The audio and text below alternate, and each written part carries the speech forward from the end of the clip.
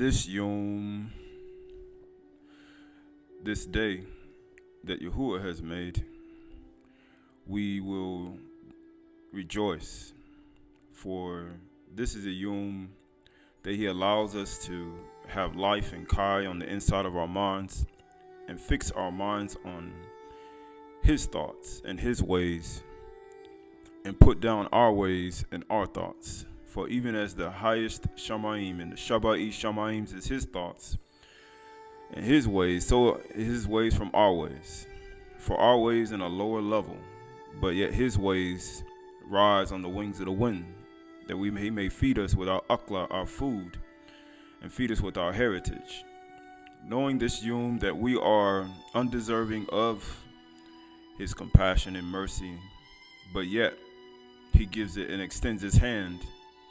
Even as a man breaks bread and extends his hand to 12 disciples, so Yahuwah share His bread with us by giving His only begotten Son and giving us life through His blood and His drink, that we may walk Qahalath in the righteous path of enlightenment, of higher consciousness, in the commands and the utterance and the amar of His voice. So this Yom, as we always say, close the doors of your mind from all carnal will or carnal thought, all emotions, all desires, all fears, all laziness, all doubt. Empty your cup that you may be filled. Empty out all things that doesn't allow your mind to come to balance. For today is the day of freedom. Today is the day of warning. Today is the day that Yahuwah has made. Today is the day that He has given us a gift of His breath, of His neshama, His ruach. So this Yom, we acknowledge the one who made all of the har, all of the yam of the arats, the one who formed the Shabat Shamayim by His breath, the one who formed the rakia, the firmament by His amar, the bar, the one who formed the arat, the surface of the earth, the one who formed the center of the earth by His utterance, by His words, even the underground waterfalls and the streams and the rivers, even the surface level waterfalls and the rivers and the streams, even the very fabric of the cosmos, of the galaxy. For one who formed Sirius A to Sirius B, the one who formed the Peg star, the Pegasus galaxy, the one who formed and shaped the constellations, the one who fixed the order of the 182 thrones and the 107 celestial chariots, the one who gives us a circular motion on how we must dance, and the one who allows us to live our lives on this earth. This Yom, the one who made male and female, the one who made Ish and Isha, the one who made Zakar Nakubah, Yahuwah Elohim. We acknowledge Him as our Father, as we walk and follow our Father, as He gives us life and instructs us in the way. So this Yom, we walk, not in our own imaginations, but in His thoughts. For this Yom, in 6 days, He created the Shamayims and the Arats, and He rested the 7th Yom. And He Shabat, He ceased, even as we do this Yom. So as we move forward in kindness, compassion, humility, meekness, temperance, Amunah, faith, and most of all, Ahab, love, which binds everything in perfect perfectness, even as the harmonic frequency of a instrument plays, so He aligns us with Him. So this is Tahalim 136 and 2, or Psalms 136 and 2. It says, "Give thanks to Yahuwah, for He is good. Give thanks, or Aydah, to Yahuwah, for He is good. For His steadfast love endures forever." It endures forever. So he that endures to the end shall be saved, right? So you have to what? Love endures forever. You endure forever. Give thanks to Elohim. Give thanks to the Elohim of Elohim. So to give thanks to the Elohim, the God of gods. So the Elohims have a God. So you talking about the Elohims, the gods have a God. You have an Elohim. Yahuwah. For his steadfast love endures forever. Give thanks to the Adon of Adon, or you mean master of masters. The Elohim of Elohim, the Adon of Adon, that's a master of masters, right? For his steadfast love endures forever. To him alone, who alone does great wonders. He does it alone. He does it. Elohim's, right? For his steadfast love endures forever. To him who by understanding made the Shamayims. That's how you're going to create your life. He made the Shamayims. For his steadfast love, it says, endures forever. It endures forever. To him who spread out the earth above the waters. For his steadfast love endures forever. To him who made the great lights. Right? For his steadfast love endures forever. The sun, the Shemesh, to rule over the day.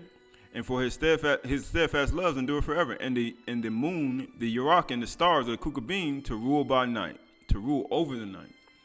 For his steadfast love endures forever. So this, when you start reading these, you see this is a celestial intellect. We're talking about Kukabim, Yarach, Shamash, he made these things. The Elohim of Elohims. We're talking about unseen beings. And you see him making the Shabat Shamayims. Who he talk about putting the earth above the waters. We're talking about this is a celestial belief. This is something that when you look up in this, most people don't even observe these things. But these are the ways how you're going to understand that there's an Elohim above Elohims. There is an Adon above Adon, master above masters. You will understand that he made everything. And how did he make it? Because Yahuwah is good, right? So he made the world good. A good Yahuwah, Elohim, made the world good. And guess what he said? He said, give thanks to him. So have you give thanks today? Have you give thanks? Right? The word for thanks is Yadah. Yadah, right? Have you gave thanks to him? He said, what do you mean? It means to cast. It means to shoot. It means to praise. Give thanks, right?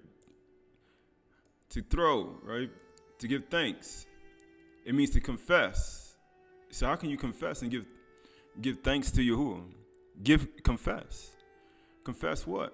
Confess the name of Elohim, right? To confess. It says to use. It means to throw. It says to worship, revere, right? Bemoan. Have you praised him today? Have you confessed today? People say confessing your sins. Yeah, confessing your sins. Confessing that he's master of master. Confessing that he is the Elohim of Elohim. Confessing. Why? Confess it. Even confess what you've done. Throw down, to shoot, right? People saying why? And when you're talking about shooting a gun, we're talking about shooting our hands up or to bow down. Well, we're talking about what? Give thanks to him. Why? Because this is the day that he made. And guess what? You're supposed to be thankful. You're supposed to be thankful that they say that you have another yum. You're supposed to be thankful that you can hear the bar. You have to be thankful that the word is being spoken.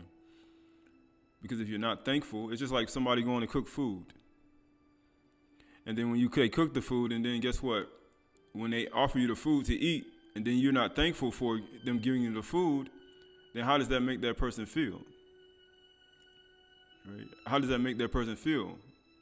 Right? We start looking at these aspects of your life, and you say, why is he telling you to give thanks to the Elohim of Elohims, the master of masters, who made the Shemesh Kukabim in the yard, who formed the Shabat Shamayims, the seven heavens, and whose love endures forever? Because that's the same way you're supposed to be in your own life. To other people, to the people you meet, the people you interact with. That's the same way you got to be to other people. So this is Bereshith 1:1. In the beginning, Elohim created the Shamayims in the earth. Because, when you start looking, give thanks to the one who did this. The earth was without form and void, and darkness over the face of deep. You wouldn't even have nothing to sit on. We don't have nothing to praise him with. We wouldn't have anything. Had he not, his steadfast love not endured forever, we wouldn't have nothing. So he's telling you to give thanks. He says that there is a form and void and darkness over the face of the deep, and the Ruach of Elohim was hovering over the face of the waters. And Elohim said, let there be light, and there was light. And Elohim saw the light, that it was good, and Elohim separated the light from the darkness. It says, and Elohim called the light Or, and the darkness he called night. And there was evening and there was morning, Akkad, or first day. Right? We look at when the sun goes down, it's going to be the first day again. Right? Counting towards the second Shabbat, moving towards Chag Shabuah. But when we start looking at all these aspects, he said, give thanks to the one who did this. Because had he not done it, you wouldn't be able to see your neighbor. You wouldn't be able to see the things you own. You would be colorblind. You wouldn't even know what colors you had on. You wouldn't even know how to live. Right? Had he not sent light Or into the world, you wouldn't even know how to cognitively reason within yourself.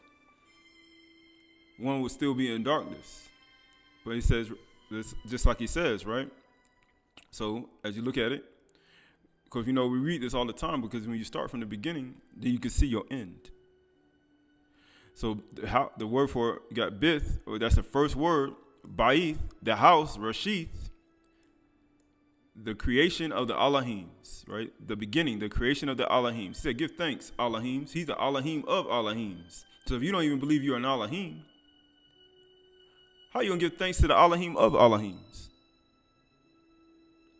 No, I'm nobody. I'm just going to sit in my little... No, he's telling us that you are an Allahim. And he's saying, give thanks to the Allahim of Allahims. How? Praise, worship, Aydah, confess, right? It says, the house, the beginning of the creation of Allahims. At, you have At, Hashamayim, Uhat, Haladat, right? Then you go all the way to verse 2, right? Skip over and it says, Uruach, Allahim, Marakaf, Al, Panim, you got Hamaim, right? And it says, Amar. Amar is what? Utterance, his voice, promise, the word. This is the promise.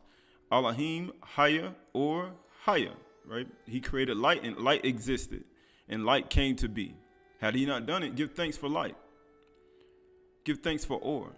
These are the words of eternal life. And it says what? Wa yira Allahim at or ki ta'u, right? He says, Badal Allahim bain ha'or bain kashak. He separated light from darkness. That's where you live at. You live in a house, you hit the switch in your house, it goes from light to dark, depending on when the sun is up. Right? The same thing in your house. Uakara Allahim la'or yum. You go all the way to the end, yum makad. All these are all aspects, and we understand that this is your life. Right? They say this is your life. This is not as the world turns. How they say? That's the thing that people used to watch back in the day. As the world turns. No, this is as Yahuwah's the bar turns on the 364-day cycle. Give thanks to Yahuwah. Aydah, praise, worship, confess, acknowledge. Shoot. You ever seen when a plant finally shoots out a new branch? It shoots out. Right? So you got Mashalif, Proverbs 4 and 7. The beginning of wisdom is this. Get wisdom, kukma, and whatever you get insight. Get insight on what? On what you know. Right? Rashith, hakukma, and he says, kina, bina, right? You're going to get understanding. You have to get understanding.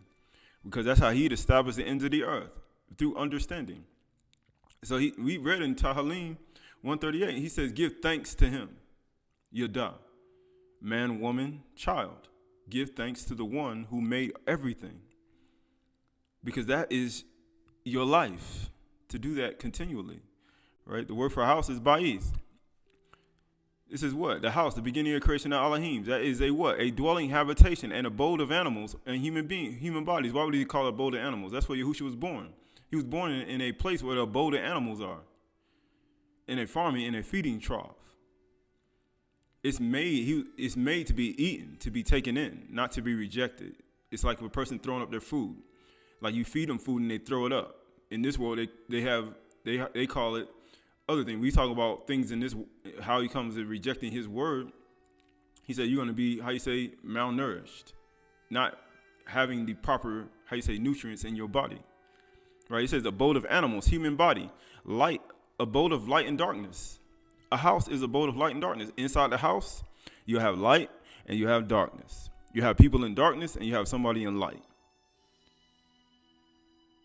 Inside of a house. It says a family, a household. It says a house, a dungeon. He said, how can a house be a dungeon? Depending on how one thinks. It says a prison. It can't be a prison. If one doesn't know they're Elohim inside the house, if they just believe they're a human being and they got human emotions and human thoughts and human behaviors, then guess what? The house will feel like a prison. It'll feel like a dungeon. But if you know who you are as an Elohim, then guess what? Your house ain't going to be no prison. It's supposed to be like a palace. That's what a house is, a palace. A home. Some people don't even got a home. A house. Just like spirits, demons don't have homes. What demons do? They go out in dry place seeking for another house to get inside because they ain't got no home. They're looking for a house to jump into or to steal or to take over. That's what Shadim do. It's a palace. Right? He said, but you don't want your house, you feel like your house is a prison and a dungeon. He said a prison and a dungeon is like, it's like some type of, when you start looking at it in a sense, it's punishment. Right? But it says right here, a house. So we look at our body as our house. Not only the house that you live in, but also the house that Yahuwah created, this whole Aydahs, right? But he said, give thanks to Yahuwah, right? In the word in the beginning, the word for in the beginning is Rashith. In the beginning, best, chief, beginning. It means the first. The beginning, the first. First fruit, right? What are you offering? What is one offering? Because these are our true life. What are you offering every single day? What are you offering? What do you have to offer every single day? Are we offering anger, jealousy, envy, strife, complaining, criticism, pride, resentment, bitterness? Is that's what you want to be your first thing you think about in the morning time when you wake up? Right? These are all aspects of our lives. That's the beginning of your day. So we look at these repetitive motions as Rashith, the beginning. But we look at him, the beginning, the house, the beginning of the creation. The word for created is bara, is to create, to shape, to fashion. Heaven and earth, of miracles. Miracles. How you going to get a miracle? Of miracles. What do you mean creating? That's what you're creating. When somebody is in need of healing, you what? You give them, it's a miracle for them to be healed. It's a miracle. You're creating a new way of thinking for that person. You're creating something. Just like how a person will be healed by creating new thoughts and new patterns in their life. You can literally become a new person. Literally. It's bara, to create. What? It says choose, to cut down. What do you mean cut down? Just like trees getting cut down to clear out some land. You're trying to create something. It means to shape, create, to fashion, to shape. Bara. Right? So the word for God is Elohim, the house, the beginning of the creation of the rulers, the judges, the divine ones, the gods, the goddesses. Right? Supreme Elohim, Malachim, the judges, magistrates, divine beings, supernatural beings. The house, the beginning of the creation of the divine beings, of the supreme ones, the gods, the goddesses, the divine ones, the rulers, the judges. Give thanks to Yahuwah, the Elohim of Elohims. He's the Elohim of these Elohims. That's what he is. The word for heavens is what? Shamayim. It means heaven, heavens, visible universe. The sky, the atmosphere. Right? So you can see the visible things that you see. Also, what does it mean? It means what? To be lofty. It means higher ether, where the celestial bodies evolve. higher etheric beings. We're talking about protons, electrons, neurons, quarks, molecules, electrons, atoms. Yahuwah formed it all. He made it all. Photons, particles, chromosomes, 46 chromosomes in your body. He formed it all. It means what? Heaven and the highest. Highest heavens, right? He made the highest heavens beyond certain aspects of this world. Higher than Pluto, higher than Saturn, higher than a black hole with singularity and event horizons. Higher than that, even further than that. He sits higher than that. Well, one day is like 1,000 years. And 1,000 years is like one day. Right now, you should say, what are we doing now? You're sitting in a place where you get uploaded information for 1,000 years. How you say 1,000 years is one day? Yeah. One day can be like 1,000 years within your mind. If one is paying attention. Right. So we got Tahalim 82 and 6. They have neither knowledge nor understanding. Why we need knowledge and understanding? Because that's how he established the ends of the earth. So if you don't have it in your mind, you can't even establish yourself. You can't even establish your own mind. They have neither knowledge nor understanding. They walk in darkness. When you look at the beginning, the Aydahchay was, darkness and void, and darkness over the face of deep. He said, the foundation of the earth are shaken, and I said, so that's what happens. When Yahuwah speaks, he says, Amar, I said, you are Elohim. How do you become an Elohim? By Yahuwah speaking. He said, I said, you are Elohim. Sons of the Most High Yahuwah, all of you. Every single one of you. So give thanks to the one who made you. But guess what it says? Nevertheless, like Adam, you shall die. Why? Because Adam transgressed. And you all are descendants out from him. So guess what? But you're going to die like Adam. Even though you're Elohim in your body. But you all going to die like Adam, though. It says, and fall like any prince. You're going to fall into the ground just like any other person. It says, arise, you who will judge the earth, for you shall inherit the goyim, the nations. Yukonah 10:34, you shall answer them. Is it not written in your Torah, I said you are Elohim? Man, woman, child. Is it not written in your law, your Torah? Shamash Kukubim Yark. Is it not written in your law? I said you are Elohim. If he called them Elohim, or gods from whom the word of Yahuwah came, the scripture cannot be broken. You can't change it.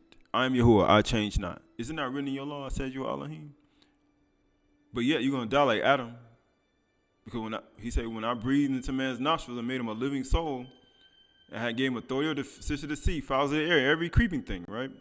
This is Bereshit 1:26. Then Elohim said, let us make Adam in our Salim, after our Damuth, and let them have dominion over the fish of the sea, over the birds of the Shamaim, and over the livestock, and over all the earth, and over every creeping thing that creeps on the earth. That's what he gave you. That's what he put you in charge of. Man, woman, child. It says, so Yahuwah created Adam in his own image. In the image of Yahuwah, he created him. Male, Zakar, and female, Nakabah, he created them. That's what he made you. How you go from an Elohim, now you go all the way to in the human form. Right? We got Amar, because we know Amar is his what? His utterance, his promise, the word. This is the promise. Elohim, right? And he says what? Adam, Basalem, Kadamu. In his image and likeness. That's what he made man. He made Adam in his image and likeness. Yahuwah, he said, Yahuwah Elohim made Adam in his image and likeness. The word for male is Zakar. Remember. That's what his name means. Remember. It means, because you got to remember, Adam. Because you lost your memory. You done forgot who you are. You forgot where you came from. You know how they say when people get out of the rough neighborhoods, they go out into the world and they say, "Man, you forgot where you came from." But you look where you came from. You came from a place of authority, dominion, peace, tranquility, shalom, kindness, ahab, joy, peace, patience, meekness, temperance, and munah. You look at all these things you came from. You forgot where you came from.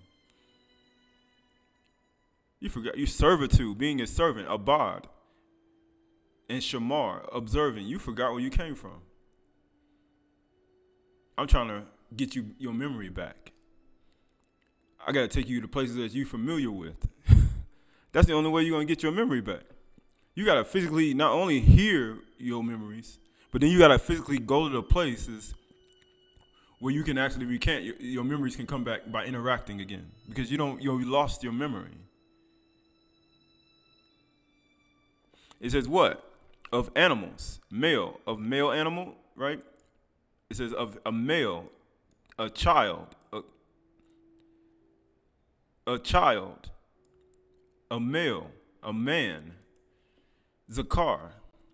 The word for female is nakabah. It means what? Female. Female child, female animal, female woman.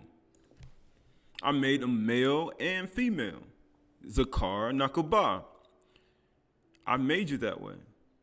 But yet you're going to die like Adam, though. But yet I put you in these bodies, though. But you're going to die like Adam, though.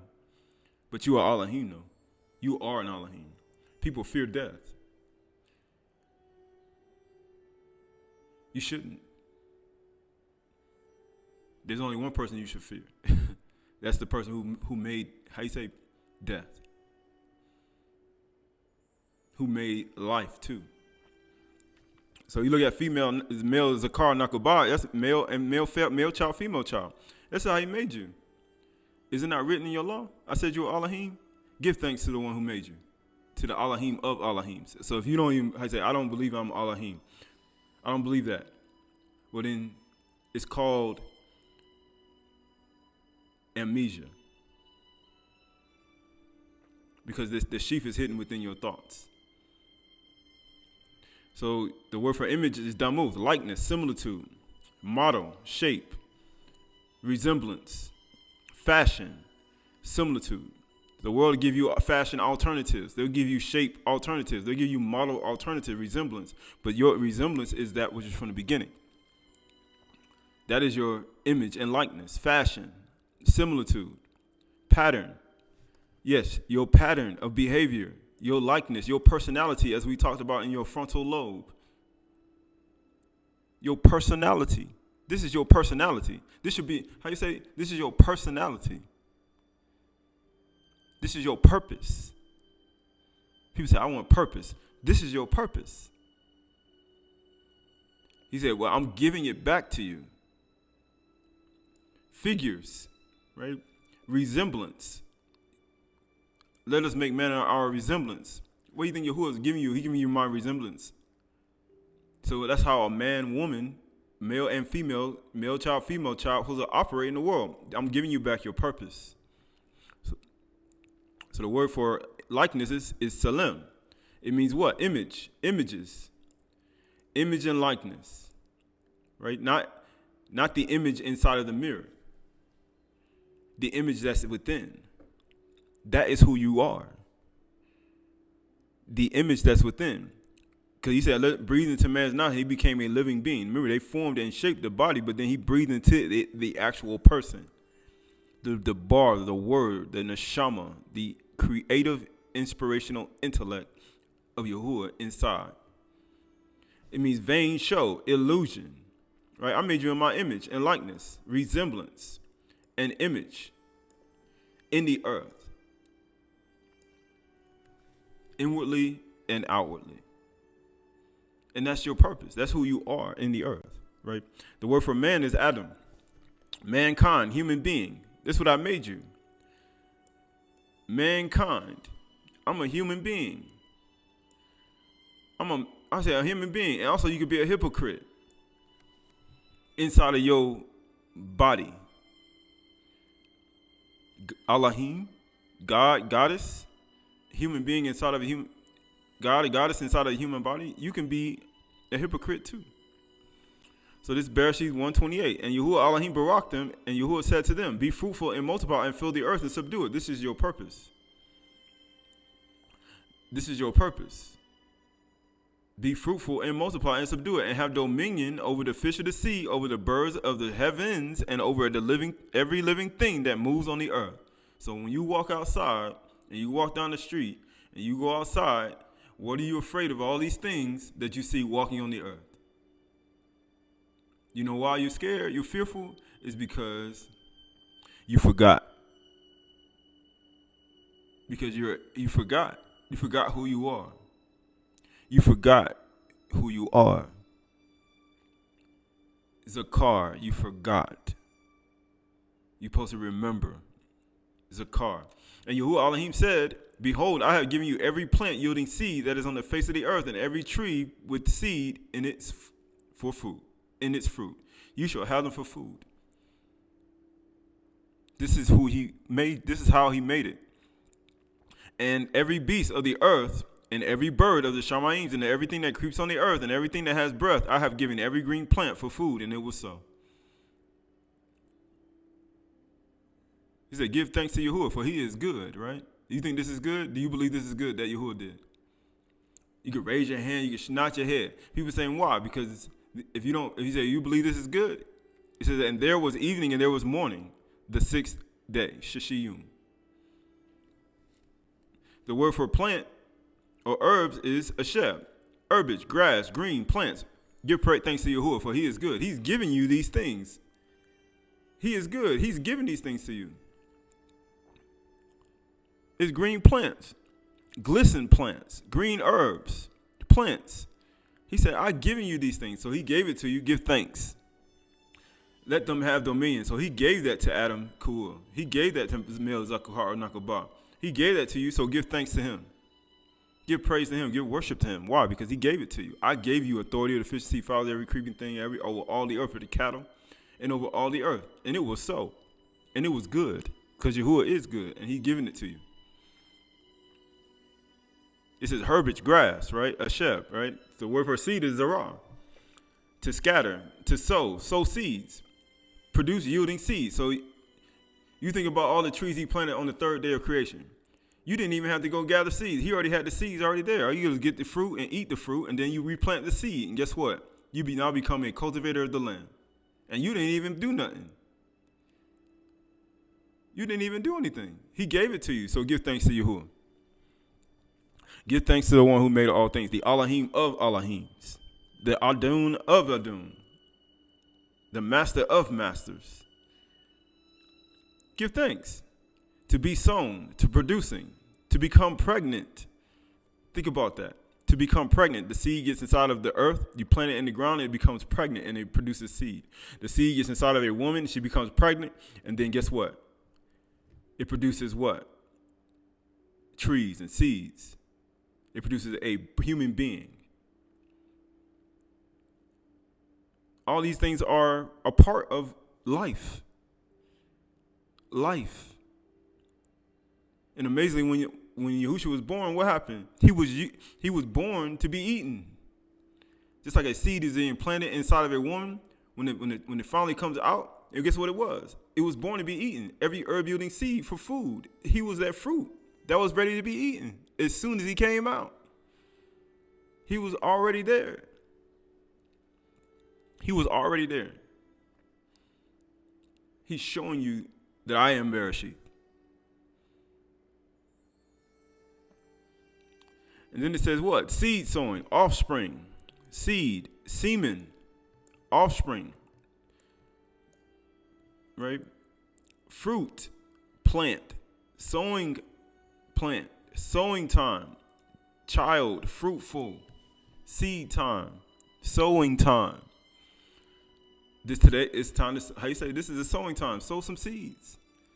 Or you ain't gonna have no harvest. You ain't gonna have nothing. And you shouldn't have anything. You're supposed to appear before Yahuwah empty. Why? Because he likes to eat.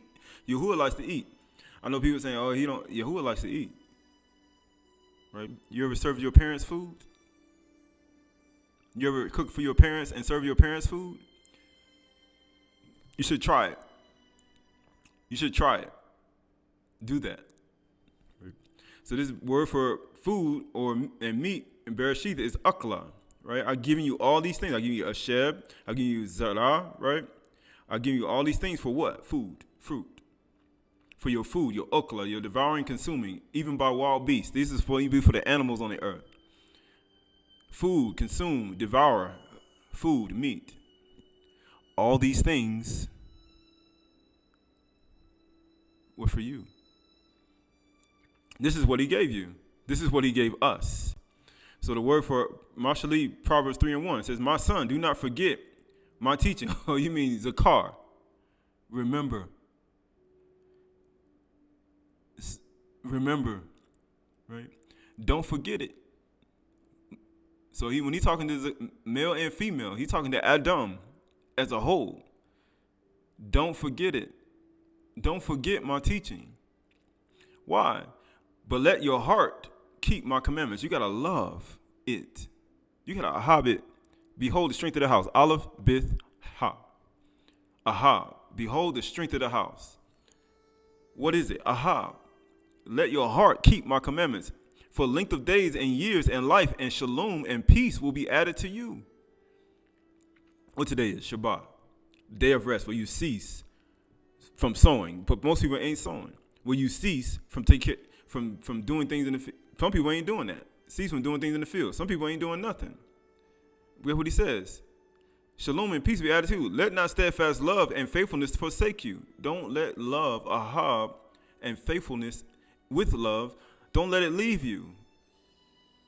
Don't let it leave you. It's like a beautiful woman or a beautiful man in a relationship, and they leave. You be like, nah, they got love and faithfulness.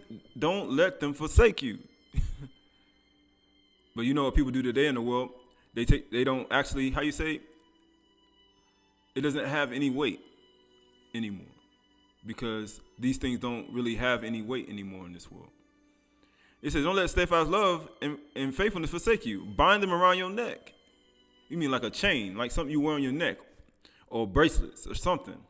He said, bind them on your neck. Write them on the tablets of your heart. Write them on your heart. Let it be your personality, in your frontal lobe, in your mind. So you will find favor and good success. People want to know why they ain't got good success. That's how you're going to get it.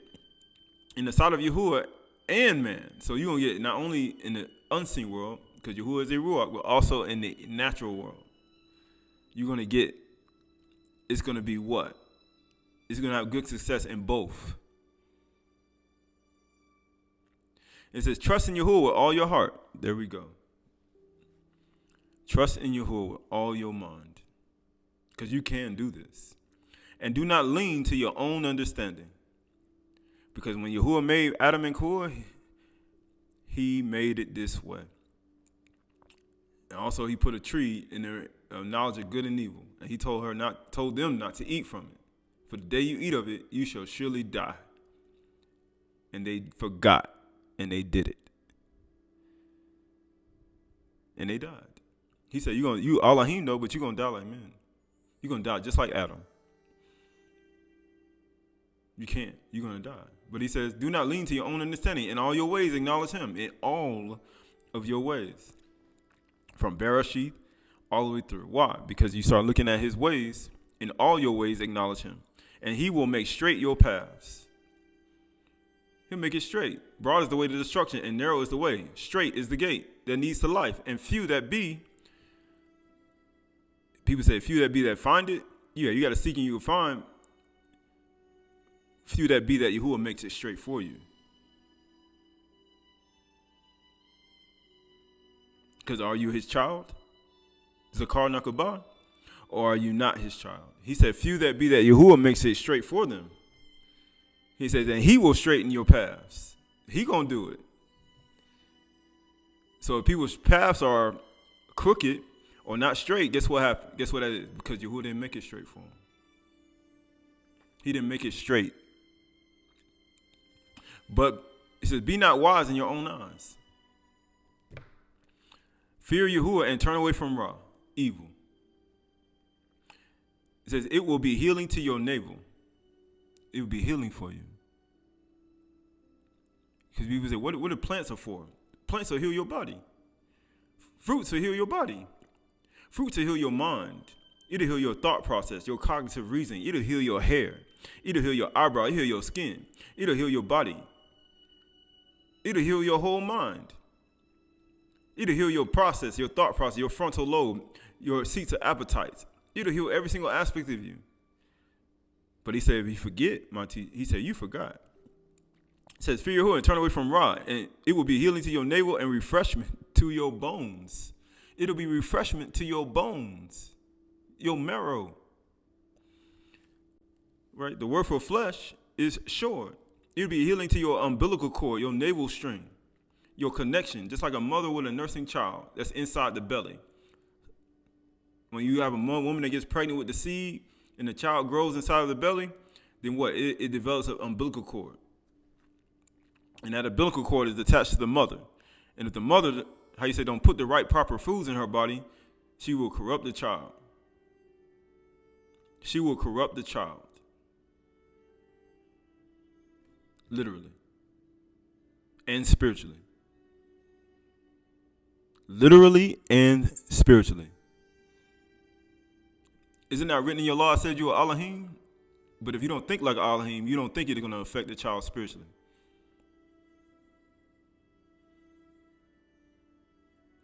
And it says what? Twisted, a string, right? It's something that's twisted. When you look at an umbilical cord, it's twisted. It's like a spiral staircase.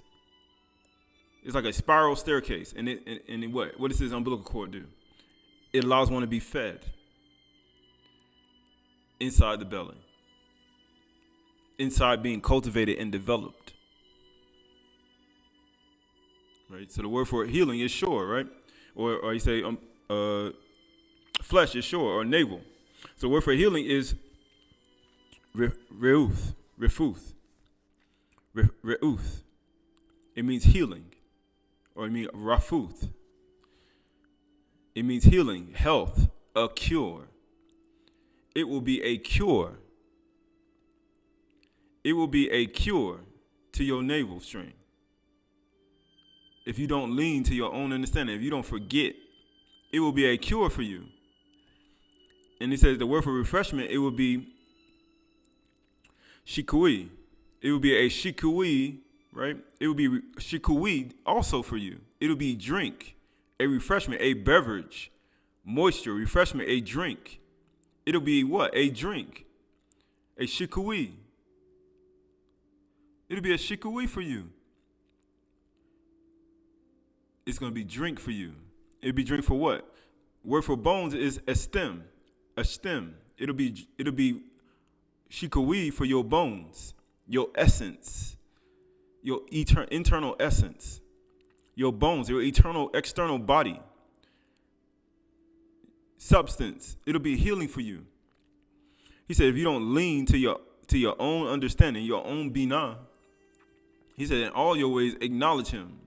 Just like we did it, we acknowledging him who made the Shamayim in 6 days, Shamayim in the earth, Shamayim in the Arats in 6 days, or Shishiyum, and rested, or you mean Shabat, the Shabayim.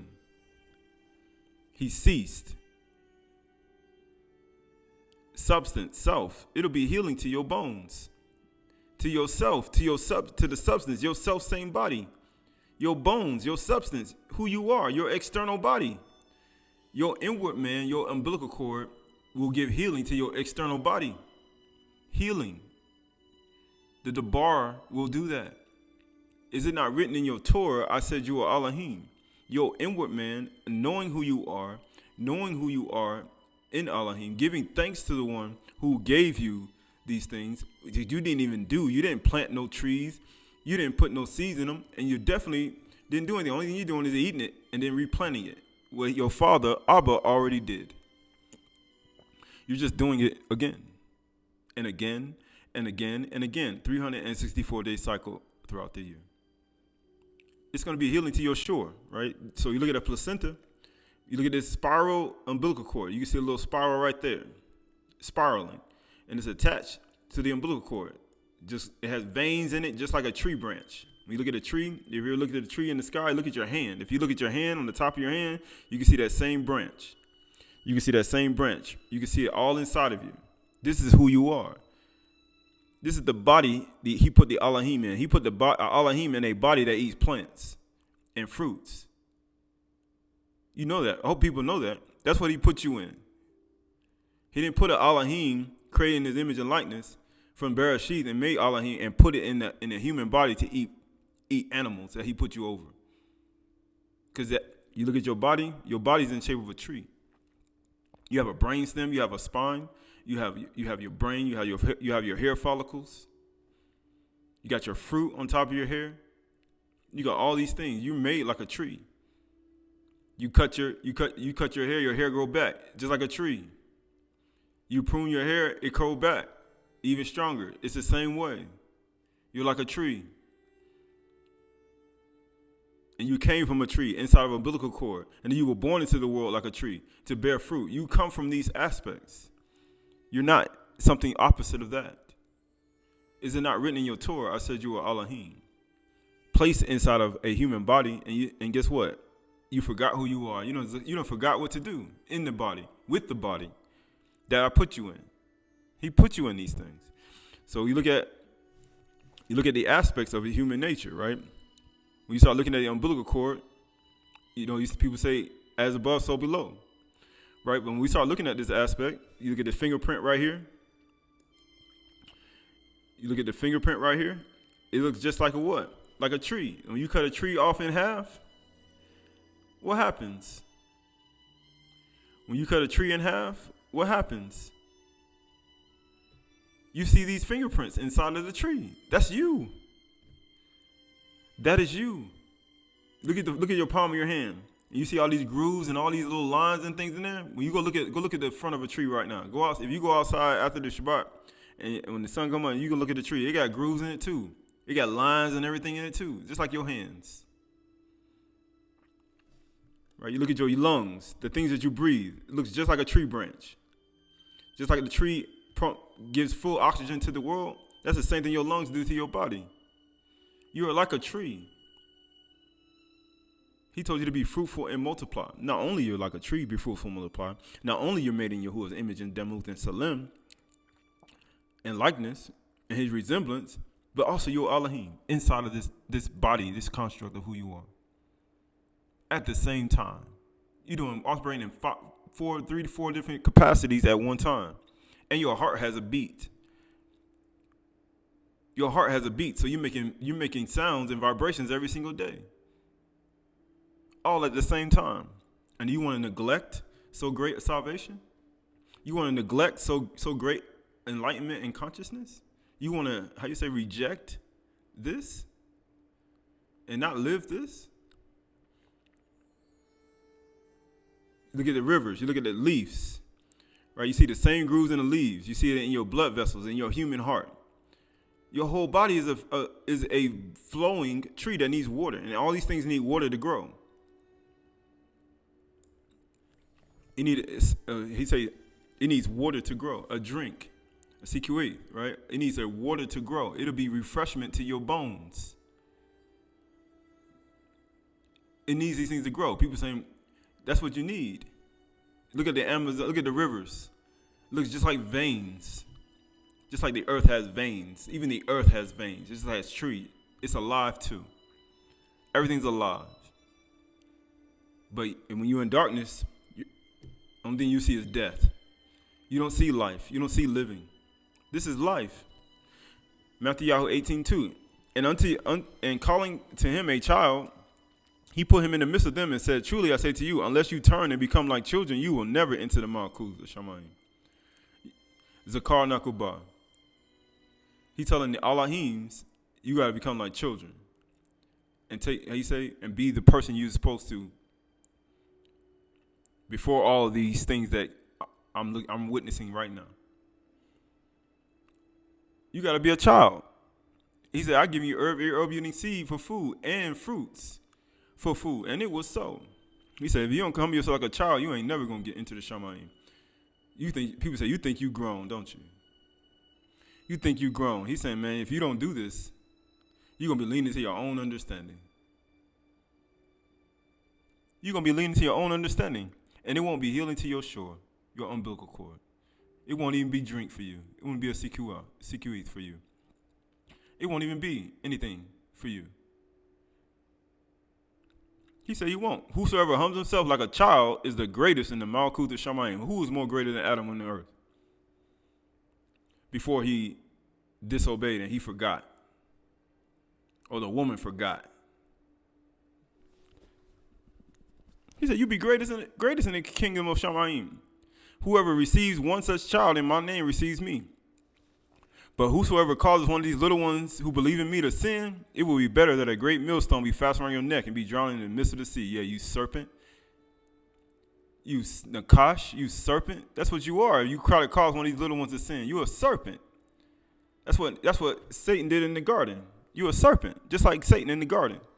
It caused one of the little ones to sin. He caused Adam and Qahalath to sin. You're a serpent. You're a Nakash.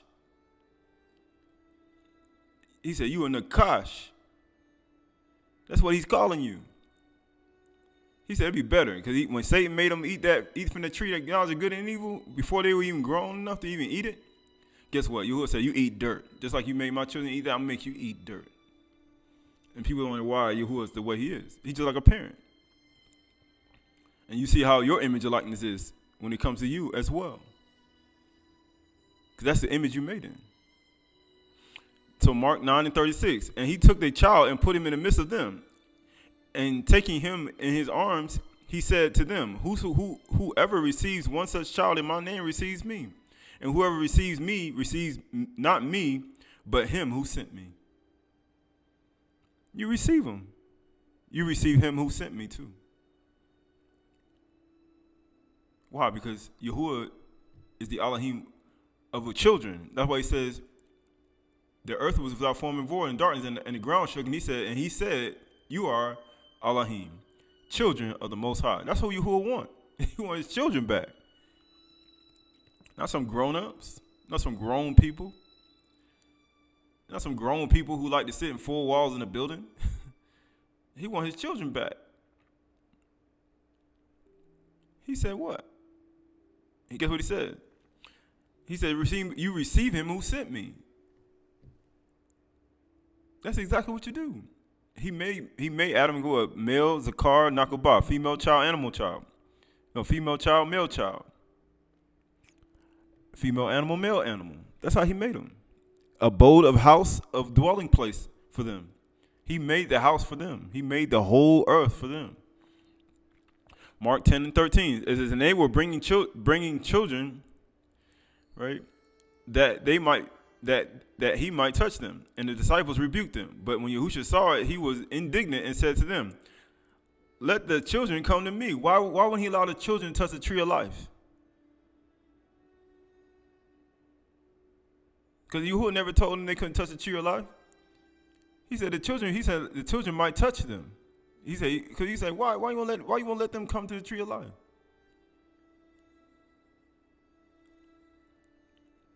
Why? He said, the children come to me and do not hinder them. Why are you trying to hinder them from touching the tree of life? Use Nakash. That's what Nakash do. That's what Satan do. They try to stop you from getting to the tree of life. Who is Yahushua? He the tree of life. Why do you think he came in the form he was? Why he telling the children to come to me? Adam and Qahalath were a child in the garden. Male, Zakar, Nakobah. They were children in the garden. And it was in the midst of the garden was the tree of life and the tree of the knowledge of good and evil. Yahuwah never told them they could not come to the tree of life. You know how people are. They try to stop you from going to the tree of life. He says, because when you humble yourself like a child, I'm trying to go to the tree of life. They don't want you to do that. But when Yahushua saw it, he was indignant and said to him, let the children come to me. Do not hinder them. For to such belongs the kingdom of the Malkuth of Yahuwah. Truly I say to you, whoever does not receive the kingdom of Yahuwah like a child shall not enter it. You're not going to enter. You can't enter into a gate where there's going to be kindness, or joy, peace, patience, meekness, temperance, samuna, with love and compassion, and a child going to lead about an animal. All the animals going to be filled with the knowledge of Yahuwah. the whole earth, a child's going to lead an animal, a lion going to lay on a lamb. You can't come in a place like that if you can't become a child. We talked about how Yahushua was an Elohim, and he became like a child. And he humbled himself like a child. He was an Elohim, and he humbled himself like a child. Even as he said, it is not written in your Torah, I said you're Elohim. But then you got to humble yourself like a child. And guess what? And then people say, I don't have to do it. You are lying to yourself. And being a child is not all that bad. I know most people think it is, but it's not. Becoming humble yourself like a child, and you're able to see things in the way they should be seen. It says, and guess what he says? Whoever does not receive the kingdom like a child shall not enter it. And he took them in his arms and baraked them, laying his hands on them. He baraked them and laid his hands. So when people saying, what happens when you come to Yahushua? And he took them in his arms, when you come to Yahushua as a child, and he took them in his arms and baraked them and laid his hands on them. That's what's going to happen to you. That's what happens. He barak you and he lay his hands on you. Why don't you want that? People say, why wouldn't I want that? So the wisdom of Solomon, Kukumashi Shaloma, ODE8. Hear the word of truth and receive the knowledge of Yahuwah. Receive it, just like seeds. Just like you get a seed and you get a seed inside, don't reject the seed. It's like a person getting impregnated.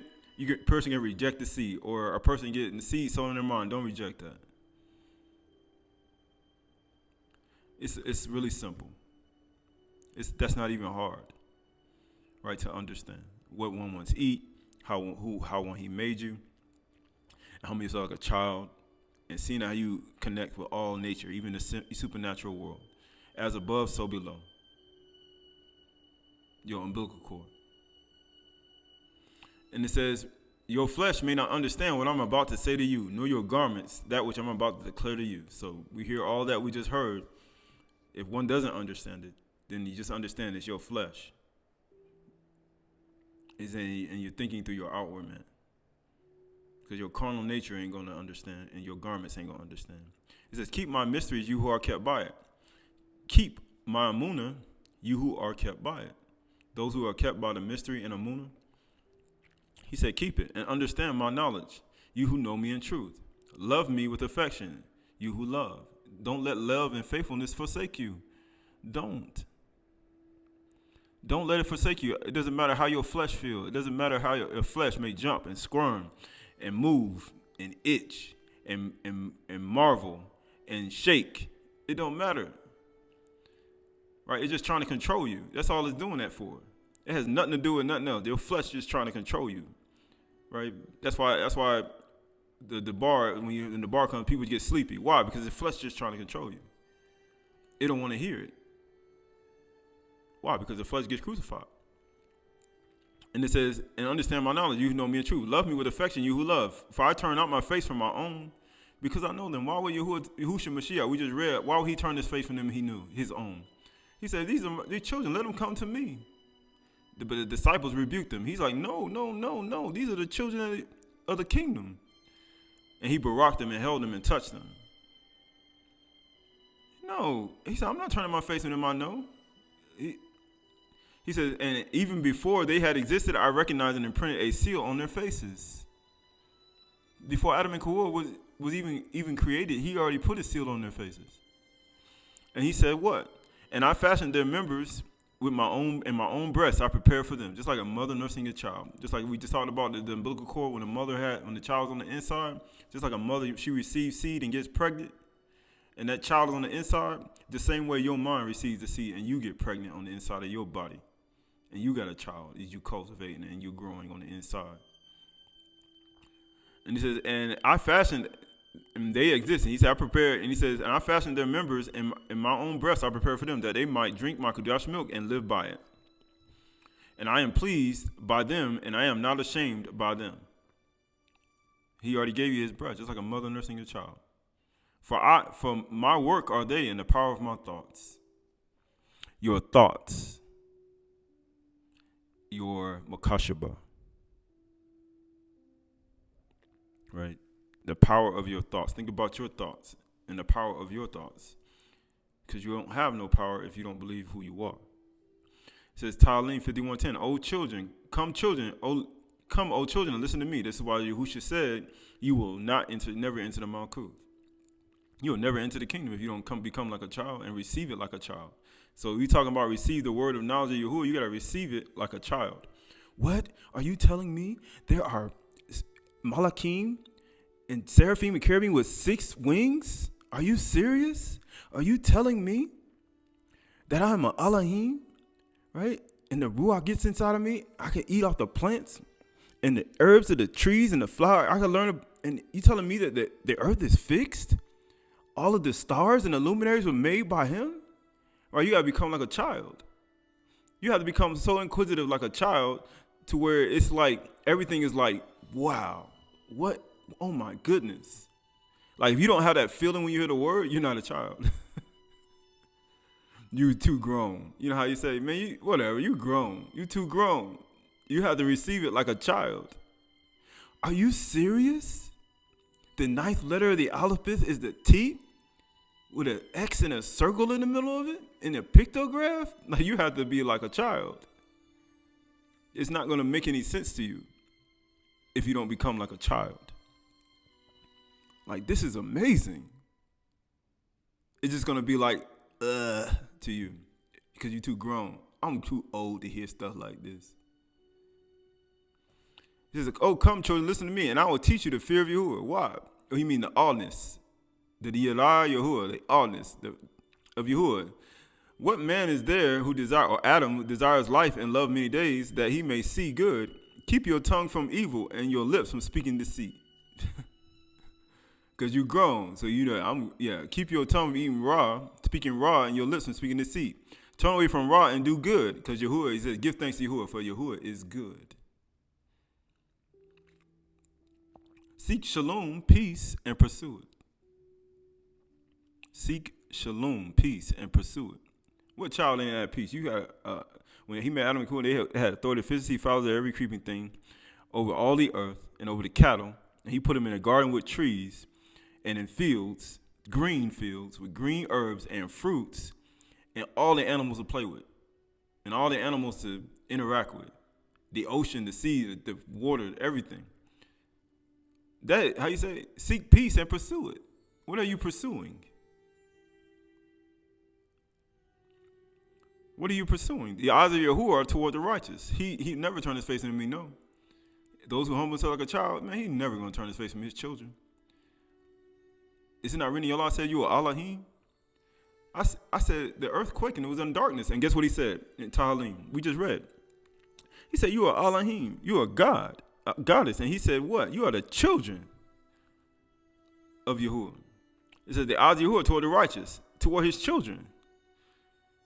The righteous, the how you say, the grown-ups. No, the eyes of Yahuwah are toward his children. The righteous, and his ears are open to their cry. His eyes of Yahuwah are toward his children. The righteous. The face of Yahuwah is against those who do evil, who don't want to humble themselves like a child. And to cut off the memory of them from the earth. Why? Because you are the power of his thoughts. So I'm going to cut you from my memory. I'm going to forget all about you. And then guess what he ain't going to do? He not going to make your path straight. He said, I'm going to forget all about you. I'm not going to make your path straight. Because he said he will direct your path. He will make your path straight, not you. Yahuwah going to do that. This is Aydah 2 and 2. Like newborn infants, long for the pure spiritual milk. Why? Because you came from an umbilical cord, nursed, and you brought it inside of the womb to growing up. Because you are born again, right? Because your child was on the inside. Your inner child was on the inside, and then guess what happens? Now you're born again. And now you got to grow up because that inner child needs to be nourished. That inner child needs to grow. That inner child needs nourishment. And that inner child needs light. It needs oil to grow. It needs water to drink. It needs sikhuet, right? It needs a refreshment. It needs a pure spiritual milk. that by it you may grow up into salvation. Just like a tree has to grow up in order to do a wave offering. You change it. Trees don't swing the wind that little bud in the ground. Man, you got to get all the way to the top where the wind be blowing and then your trees start waving. And it says, you may grow up into salvation, and if indeed you have tasted that Yahuwah is good. The only way you're going to taste Yahuwah is good, you got to become like a child. You got to become like an infant baby. And you got to have an umbilical cord attached to it. Then you got to get your connection right. You heal into your shore, and you get your umbilical cord right. Then your child on the inside, your inner child grows. Then your inner child needs nourishment to stay alive, and then it grows up into salvation. He said, that's the only way you're going to taste that Yahuwah is good. You got to humble yourself like a child. That's the only way. There's no way you can do it. There's no other way you can do it. I'm sorry, human beings, people, male, female, right? It doesn't matter. You got to be that. You have to. So Tehillim 111 and 2. Great are the works of Yahuwah, studied by all those who delight in them. Full of splendor and majesty is his works. We just read about it in the book of Tehillim. Give thanks to Yahuwah, Aydah, for he is good, who made the ends of the earth, made the Shemesh, Kugabim, and the Yard, who formed Ish and Ishah from the dust of the ground. Full of splendor and majesty is his works, and his righteousness endures forever. It endures forever. His children, his righteousness endures forever. Your righteousness will not. Your righteousness only endure for 10 minutes, 5 minutes, 2 days, a week, 2 months. Your righteousness only endure 1 year. Right? His righteousness endures forever. Right? The word for studied is darash. Great are the works of Yahuwah. Seek with care. Seek in prayer and worship. You got to worship, to practice, to study, to follow, to seek, to care, to be sought, to tread, to worship, to resort, to seek. Great are the works of Yahuwah. Studied. Right? Some people don't want you to do that. Some people they can't humble themselves like a child, so they, you know what they look at? Just like any other jealous, envious child that think they're grown. Usually the child that thinks they're grown is the one that gets envy and jealous of the child that's not. That's usually what happens, because the one that's grown and wants to be grown is the one that actually gets upset at the person who's humbled himself like a child and just letting Yahuwah direct his path and straightening out his way. These are all aspects of life. This is Yeshayahu 55:11. For as the rain and the snow come down from Shamayim, how you going to do that if you ain't in the garden? You won't even know nothing about rain and snow. Most people are scared of the rain and snow. Most people don't even live near rain and snow. Some people have never even seen snow. They've seen rain. It says, and do not return there, but water the earth, right? So if you're talking to a person who used to being by the coastline, never seen snow in their life, the only thing they're going to know is rain. So you can't talk to them about snow and how white it is. You can see pictures of it. But back in times past, they didn't have no cameras. But it says what? And do not return there, but water the earth, making it bring forth sprout, and giving seed to the sower and bread to the eater. Because that's what Yahuwah did with his in Bereshit, the third day of creation. It gave seed to the sower and bread to the eater, because that's what he gave to Adam. They didn't even do anything. He gave it to them as a gift, and nobody's giving thanks for him giving you seeds and bread, and then not one's just like arrogant. I don't need to give thanks to my father. Think about it, you have a father, he does something for you, or a man or a woman, they do something for you, you don't give thanks. You don't even thank them. How do you think that make them feel? Right? You think about that. Or you think about feelings. People say, "Wait, how does that make a person feel? How do you think Yahuwah does? I give you bread and seeds to the sower. I do all these things, and you don't got no thanks. What are you thankful for? I ain't thankful for nothing." Right? You be sitting at the table eating with your family, and then your father asks you, "What are you thankful for?" "I ain't thankful for nothing." How you think that make him feel? How you think that makes Yahuwah feel when you don't give thanks, Aydah, to him or confess to him? Guess what he says? Show my debar that goes out of my mouth. The same way his debar goes out. It's going to produce just like rain and snow. Because you need drink. We talked about water. You need water. You need drink. It's going to be a refreshment. You're going to need a drink, and what's going to happen? It's going to allow you to produce. Don't look in the mirror, like he says.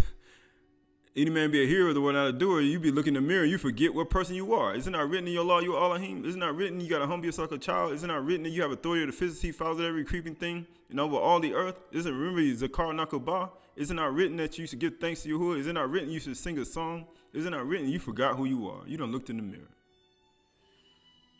That's what you did. You done looked in the mirror. Who told you that you were naked? Who told you about flesh? So shall my word, the bar that be that goes out of my mouth. It shall not return to me empty, but it shall accomplish that which I purpose, and shall succeed in the thing for which I sent it. People say, I'm sent, I'm a shalakim. Are you speaking the word? That's the whole point. Are you speaking to the bar? Daleth Bith Rosh, right?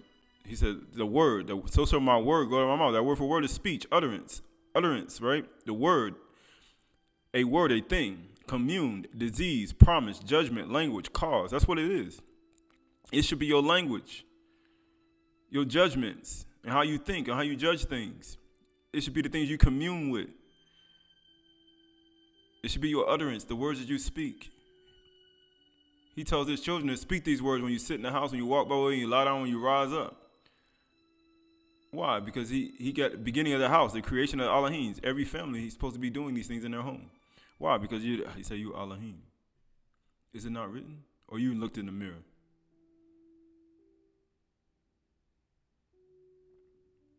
That's what happened. You forgot. Zakar. You forgot the teaching of your father, the commandments of your father, and the teaching of your mother. So you look at the word for debar is Daleth Bith Rosh, which goes to 206. We know that's 8th-day circumcision. Yahuwah's name, Yad Ha'ua, equals to 26. It was the 8. It's his word. It's his debar. It's his utterance. It's his circumcision. It's his chastisement. That's what debar is. Is it not written in your Torah? Elohim, Marshali, Proverbs 8 through 11. All the words of my mouth are righteous, and there is nothing twisted or crooked in them. They are all straight to him who understands. Oh, you mean straightforward, equitable, integrity. What do you mean straight? He says, lean not to your own understanding. In all your ways acknowledge him, and he will make your path straight. How you going to do that?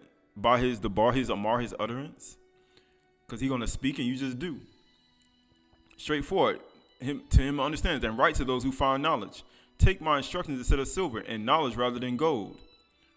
Why? For wisdom is better than jewels. Why? Because Kukmo made it. Because we know that Adam and Kawua, when they were in the garden, he put him over the authority over all these things. But now, the people have now given into the hands of the evil ones, the ones who dominate the earth. Why? Because they were made for you. For those who what? Who walk in darkness and who evil. That's what they're made for. They're not made for Yahuwah's children. They're not made for us. People say, I want to, you under, because you know why people are the way they are? Because you're made for you. They ain't made for me. It says wisdom is better than jewels, and all that you may desire cannot compare with her.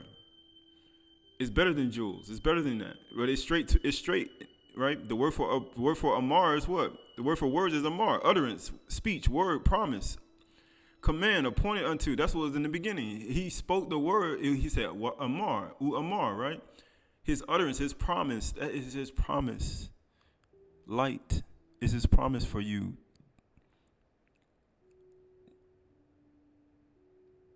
Child of the Most High, child of Yahuwah, or Elion. Word for you, amar is what? Utterance, speech, word, promise, command. That's his promise. All the words of his mouth are righteous. They for children. His word is for his Qahalath breath is for children. It ain't for no grown people. It's for children of the Most High. Children of Yahuwah. It's for the people with the inner child that know about it. That know who they are on the inside. That know that they are Elohim and a child on the inside of their body. and they sure an umbilical cord has been healed. It is his words, all the words of his mouth are righteous. They for children. The eyes of Yahuwah are toward the righteous, his children. And it says the word for crooked is akish, right? It means distorted, false, crooked, for perverse. Why would Yahuwah put Kadush milk and give it to his children, and it's going to be for crooked, false, and perverse, when he said he's going to make the way straight for his children? He's not going to give you false, crooked, for perverse words. He's going to give you a child. I give my children. I'm not going to give my children. Why would you want your child to listen to something on television or to hear something that's for distorted, false, crooked, or for the perverse? Would you want him to listen? Would you want him or her to listen to that? And you feed them that? No. Why would he do that? It's for his children. It is straightforward. He said, all the words of Yahuwah's mouth, none of them are distorted, false, crooked, for the perverse, because this is Kudash milk to his children. Why would he feed his children that? That's how you know it is a nakash. The word for straight is nakuak. It's nakuak. Right? It means straightforward. That's how he's going to make their way. And don't lean to your own understanding. He's going to make straight your way. Correct. It's going to be equitable. It's going to give you equity inside of Yahuwah and man. Uprightness. Innocence. That's what it's going to do for you. It's not going to do anything opposite. It's not. He said, trust in Yahuwah. That's all you got to do. It's not. He's not going to do this to his children. But why he ain't giving us gold and silver? I want money. I want them finances, boy. I'm broke. Was Adam broke? Adam didn't have no gold and silver at all. Adam was not broke. Adam was not begging for no bread. Yahuwah said what?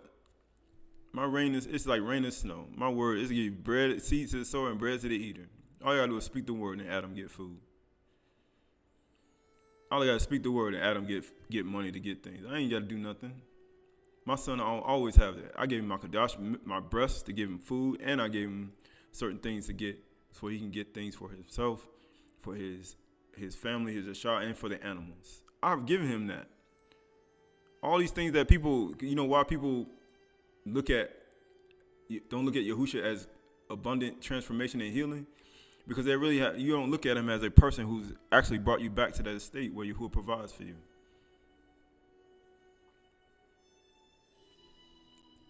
So the word for utterance, because we look at that word utterance, because Amar, Amer, it's spelled with Aleph, mean Rosh, is utterance, speech, word, promise. We know that.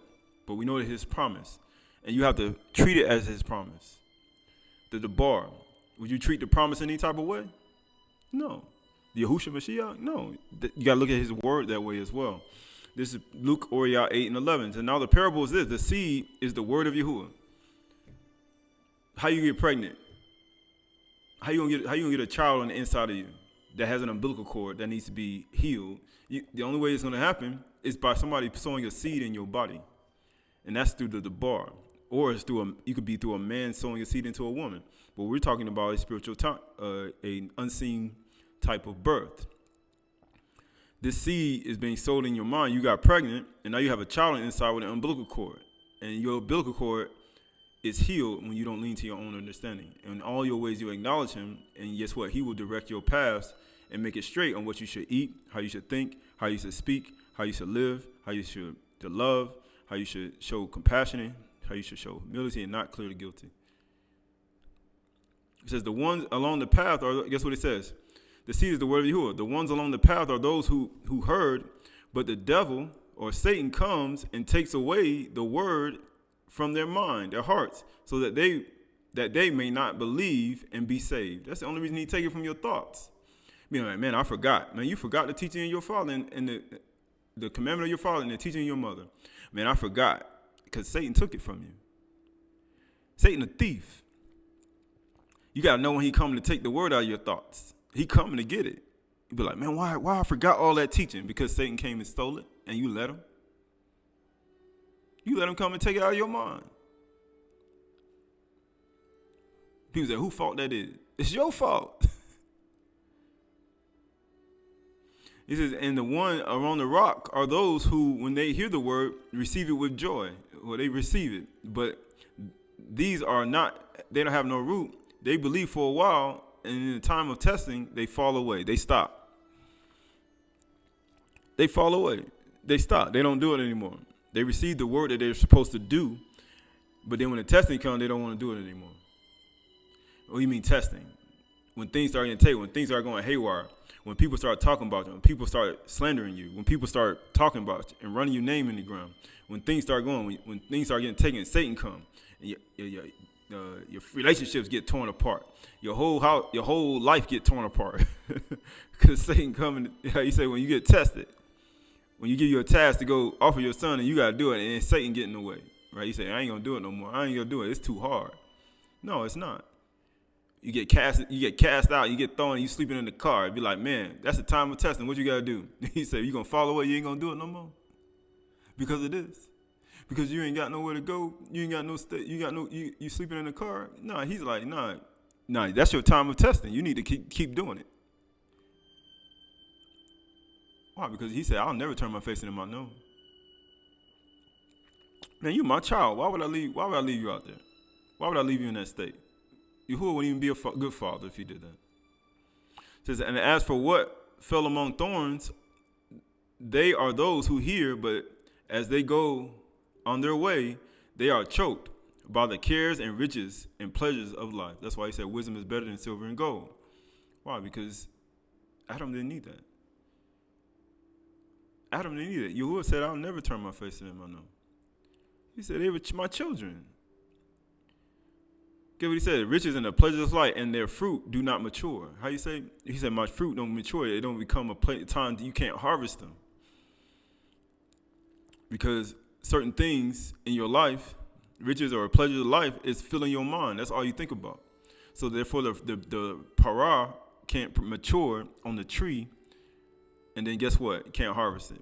He says, as for that, in good soil, they are those who, hearing the word, hold it fast in an honest and good mind, and bear fruit with patience. Why? Because you got to wait. You hear the word, you get to the bar, and then you got to let the rain and the water and the sun keep water on it, and then guess what? You got to have patience. You got to wait. You got to wait for the tree to grow. And that takes time. You got to wait.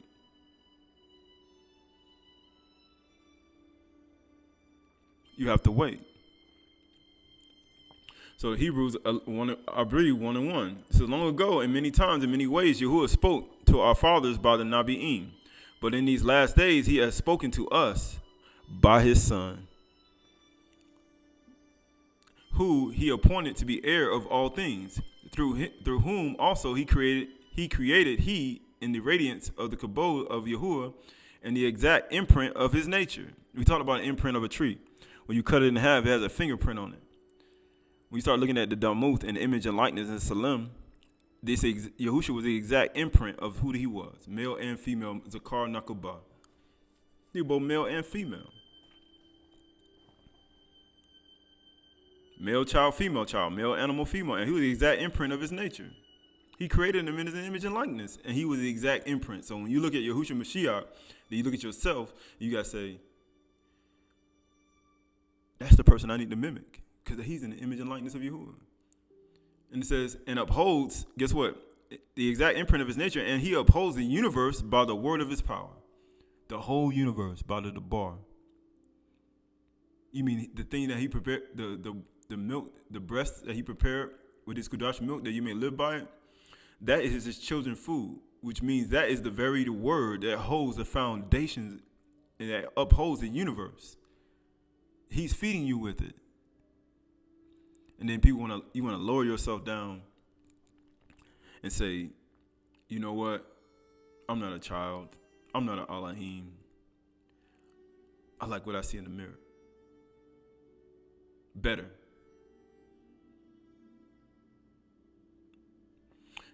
Hebrews 11:1. By Amunah we understand that the universe was created by the word of Yahuwah. The Debar. So that what is seen was not made out of things that are visible. So everything you see was made by the invisible, unseen world that you cannot see with your natural sight, your two eyes. You cannot see it. This Tahalim 33:1. By the word of Yahuwah, the Shamains were made. By the word of Yahuwah, the bar, the Shamains were made. And by the breath of his mouth, all their Sabat hosts. By the word, the bar. He made the Shamain with the very Kudash milk that he feeds you with. He made the Shamains in the earth, and he formed every seed and gives a seed consciousness to go into the ground and give it electrodes and allow it to spring up and give you food and seeds to the soil and bread to eat. And you ain't even got to do nothing. And he say, give thanks to Yahuwah, for Yahuwah is good. And you ain't have to do nothing. He clothed all these things. He say, "What? Oh, you little moon. You don't think he won't do that for you? Look at what I did." He gathers the waters of the sea as a heap, and he puts the deeps in their storehouses. Let the earth fear Yahuwah. Let all the earth fear Yahuwah. Let all of the earth fear Yahuwah. Fear him, right? Yukanan 1:1. In the beginning was the bar, and the bar was with Yahuwah, and the word was Yahuwah. He was in the beginning with Elohim. All things were made through him, and without him was not anything made that was made. In him was life, and the life was the light of men. It was the light. It was the or that was of men. The light shines in darkness, and the darkness has not overcome it. The darkness can't overcome or light. That's the Kudash milk that he feeds his children. Why would he allow the bar, the milk that he feeds his children, and he allows the darkness to overcome that light? He will not allow it, unless he does allow it. But even if they do, even if the darkness does overcome light, it's only for a short period of time. And it says, Mashali, Proverbs 24:3-5. By wisdom a house is built. That's how we know when Yahuwah made it. And by understanding is established. And by knowledge the rooms are filled with all precious and pleasant riches. A wise man is full of strength. A wise man or woman is full of strength. And a man or woman of knowledge enhances his might. The word for might is koach. Just like we said, nakuach is straightforward, equitable, integrity, upright. That's how he's going to make your way. He's going to make your path straight when you don't lean to your own understanding. It is koach. It is his strength, his power, his might, his human strength. Right? Your inward man makes your human body strong. Strength. Right? Strength of Malachim. Power of Elohim. Strength of animals. It says he's a strength of an animal. Male child, female child. Male animal, female animal. Kind of like a lizard. Right? That's what they shed skin when they get bigger. Just like a human body sheds skin when it gets bigger. Firm, vigor, force, lizard, right? Ability, a chameleon, shape-shifting, force, fruit, might, and power. And also means what? Koach is wealth. Wealth. It enhances, how you say, a man of knowledge enhances his koach. His wealth, his force, his, how you say, his fruit, right? His power, his might, right? His transformation. Just like a tree. A tree starts with a seed and it grows up. Then it grows up even taller. They transform it. It's shape-shifting all the way to the point where it gets to the top and it's waving in the wind.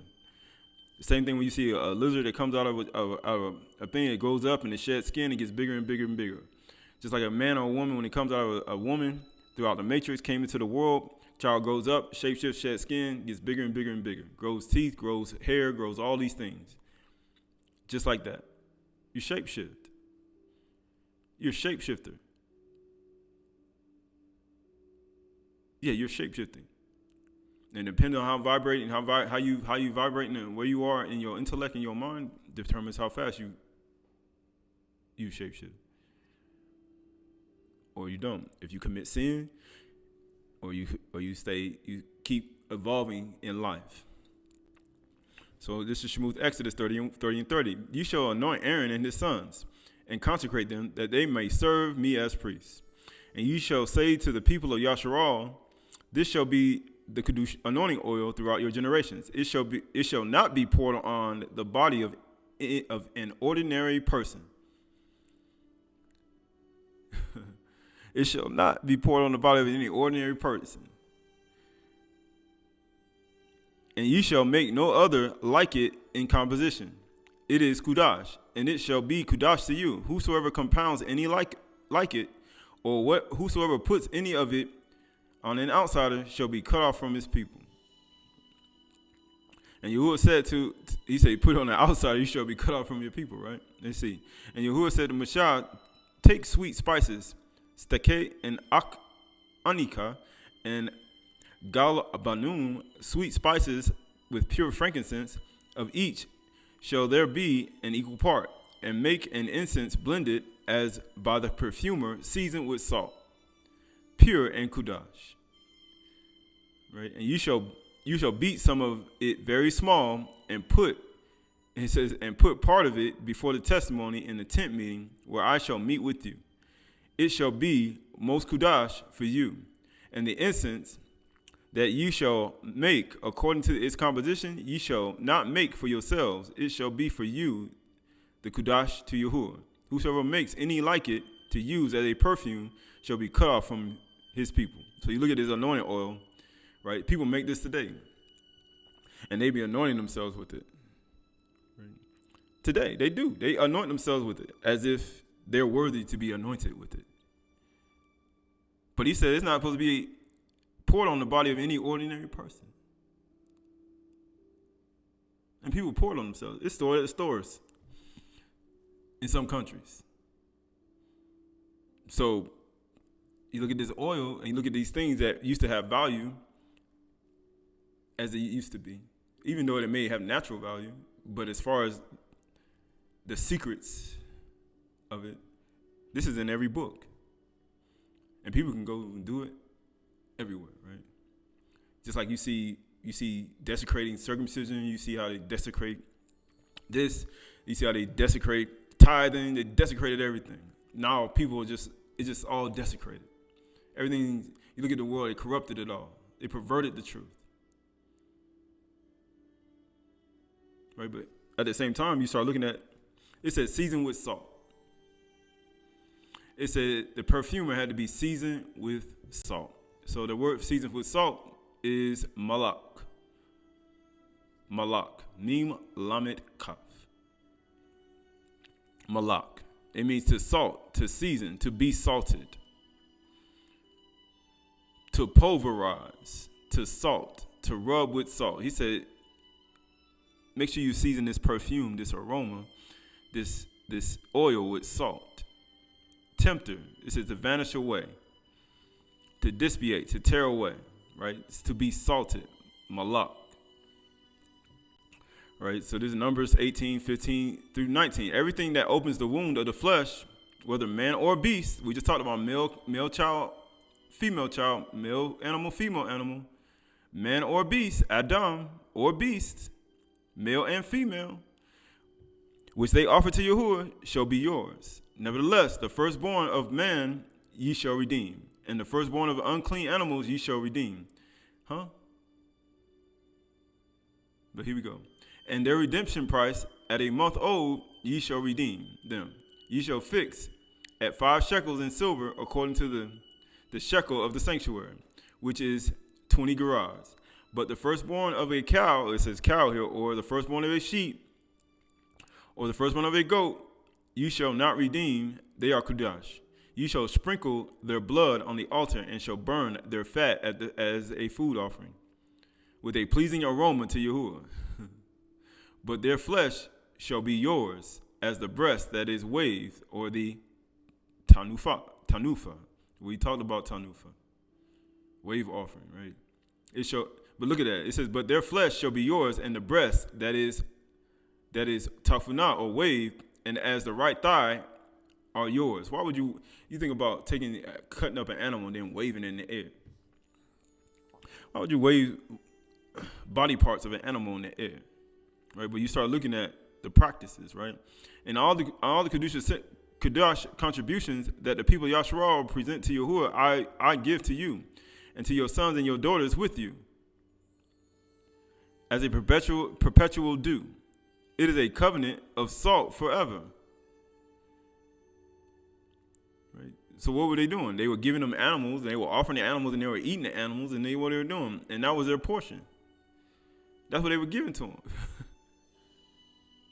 They were giving that to them. And they were cutting them up and waving the body parts and doing all these things. But we know that these animal sacrifices Yahuwah never told them to do, but he gave them to them for what? It was added because of sin. But look at here, it says, it is a covenant of salt forever. It is a malach, season forever, Oh, you mean salt? There's a covenant of salt forever before Yahuwah, for you and your offspring with you. It is a covenant of salt for these sacrifices to be offered. Right? It was a covenant of salt for them to have this tafunath, this wave offering. Right? And it's supposed to be a pleasing aroma, right? The same word, Malach, right? Leviticus 2, 9 through 16. And the priest shall take from the grain of offering, or the minka, its memorial portion to burn on the altar. A food offering with pleasing aroma to Yahuwah. So people saying Yahuwah don't like to eat. I say, serve. This is what you do. You go home, cook you a nice big old giant meal, and you have your parents there, and you serve your parents. And you give them food, and you wait on them, and you pour their drinks, and you put it on the table. That's what you do. See, it says, and burn this on the altar, a food offering with a pleasing aroma to Yahuwah. But the rest of the grain offering shall be for Aaron and his sons. It is the most Chdash part of the Yahuwah's food offering. No grain offering that you bring to Yahuwah shall be made with leaven. People saying, what do you mean with leaven? With kamats. No grain offering. Yahuwah don't want no sin bread. We talked about bread before and how you're supposed to offer to Yahuwah on your shulchan. Yahuwah don't want no sin bread. For offering of first fruit, ye shall bring them to Yahuwah. So as we move forward in these count, you start getting to the end. Well, how you see get to the two loaves, and you're gonna be waving the loaves, but you start seeing Yahuwah don't want it with certain type of things. But when he's talking about don't make it with leaven, we're talking about something that we talking about sin, but there's good leaven. But when we talking about bad leaven, we're gonna read about it, right? And it says, but they shall be offered on the altar a pleasing aroma. You shall season or malach all your grain offerings with salt. With salt or malach. Same word. And you shall not let the salt of the covenant with your Yahuwah be missing from your grain offering. Don't let the salt covenant be missing from your grain offering. With all your offspring you shall offer malach or salt.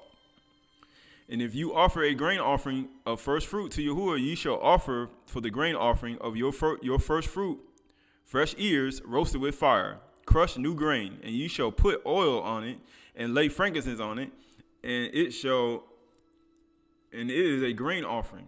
And the priest shall burn as its memorial portion some of the crushed grain and some of the oil with all its frankincense. It is a food offering to Yahuwah. It is a food offering to Yahuwah.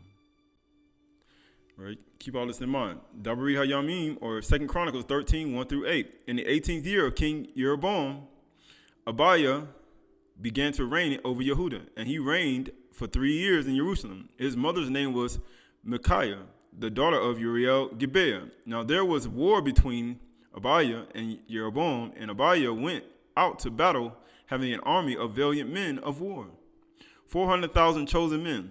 And Jeroboam drew up his line of battle against him with 800,000 chosen mighty warriors. Then Aydah stood up on Mount Zemarim, that is in the hill country of Ephraim, and said, hear me, O Jeroboam, and all Yasharal. Ought you not to know that Yahuwah, Elohim of Yasharal, gave the kingship over Yasharal forever to David, Daud, and his sons by covenant of salt? So you see, these salt covenants were given to the priest, to the Kohanim. Right? But then you see, he said the house of David, Daud, he's saying his sons by a covenant of salt. It was for Aaron and his priests, right? It was a Louis, right? But he said now it's to David, that Yehuda. It says, yet Jeroboam, the son of Nebat, and the servant of Solomon, the son of David, rose up and rebelled against his Adon, his master, and certain worthless scoundrels. He called them worthless scoundrels, or he say sons of Belial, gathered about him and defiled Rehoboam. They gathered around him and defiled Rehoboam. Why? Jeroboam, he's saying what? He rebelled against his master, and certain worthless scoundrels or sons of Belial gathered about him and devoured Rehoboam, and the son of Shalom. And when Rehoboam was young, he said, son of Shalom, when Rehoboam was young and irresolute, he could not withstand them. Irresolute, he could not withstand them. So Jeroboam and his worthless men gathered around Rehoboam, because he was from the house of David, because he put the kingship over to his sons in the salt covenant. And then guess what? Rehoboam, he could not withstand them. He could not withstand them. Because you know that anointing oil that he told Michelle to anoint, he said it couldn't be anointed with any ordinary man. And now you think to withstand the kingdom of Yahuwah in the hand of the sons of Daud, because you are a great multitude and have with you golden calves and that Jeroboam made you for gods. So now you're going to come with your gods, and you think you're going to withstand the kingdom of Yahuwah in the hand of David, sons of Daud, because you are a great multitude, because you got a lot of people? I got a lot of people. I got a lot of hope, because you got a lot of people. And you got your golden calves and Jeroboam and these other gods.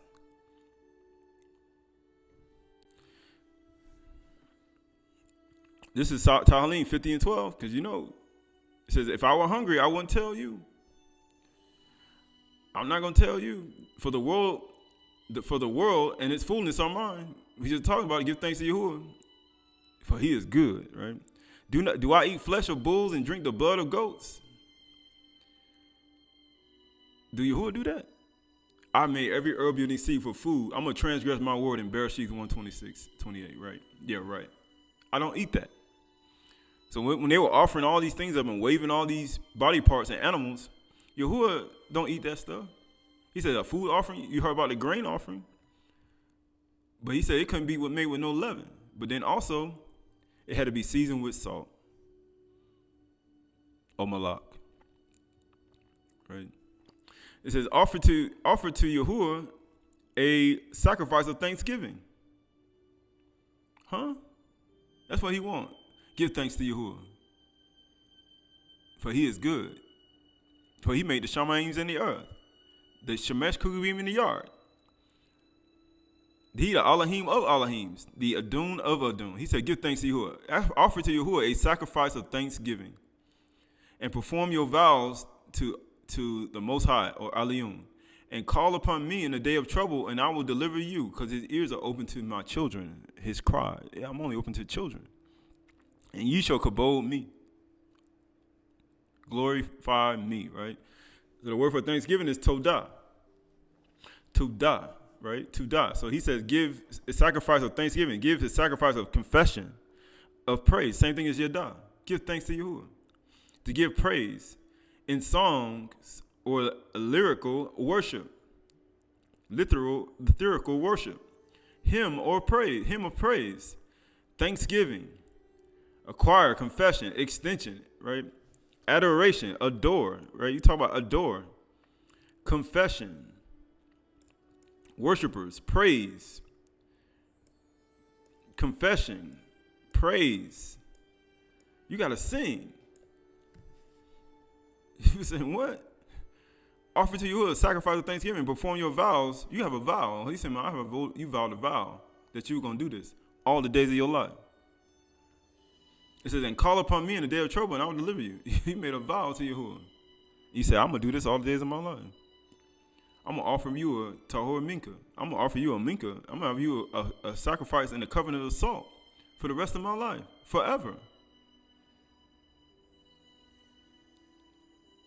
Berith Malach. Covenant of salt. Matthew 5:1. Seeing the crowds, he went up on the mountain. And when he sat down, his disciples came to him, and he opened his mouth, and he taught them, saying, Barak are the poor in Ruach, for theirs is the kingdom of the Shamaim. Barak are those who mourn, for they shall be comforted. Barak are the meek, for they shall inherit the earth. Barak are those who hunger and thirst for righteousness, as children, because he prepared his Chdash breast for who? For his children, that they may live by it. Because they hunger and thirst after righteousness. Because righteousness is for what? His children. For they shall be satisfied. Why would he not satisfy his children when they're hungry and thirsty? Humble yourself like a child, or you will never enter the Malkuth. You ain't going to inherit the earth. I'm going to inherit the earth. And you're not meek? And it says, Barak are the merciful, for they shall have received mercy. You got to be merciful. I hope something happens. I hope you die. Why?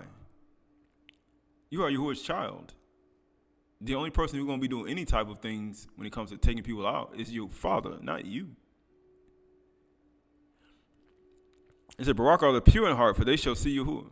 Pure. We talked about Tahor. He said pure. Barak are the peacemakers. Pursue peace. Seek peace and pursue it. For they shall be called the sons of Yahuwah. Oh, you mean, is it not written in your law, it said you are Elohim? He said the earth was formed and void in darkness, and the ground moved, shook. And he said, you are Elohim, the children of the Yahuwah, the children of the Most High. He said, you are peacemaker, you are Elohim. Barak are those who are persecuted for righteousness' sake. Great are the works of Yahuwah. Study, worship, followed, practice. For theirs is the kingdom of Shamayim. What do you mean? Humble yourself like a child.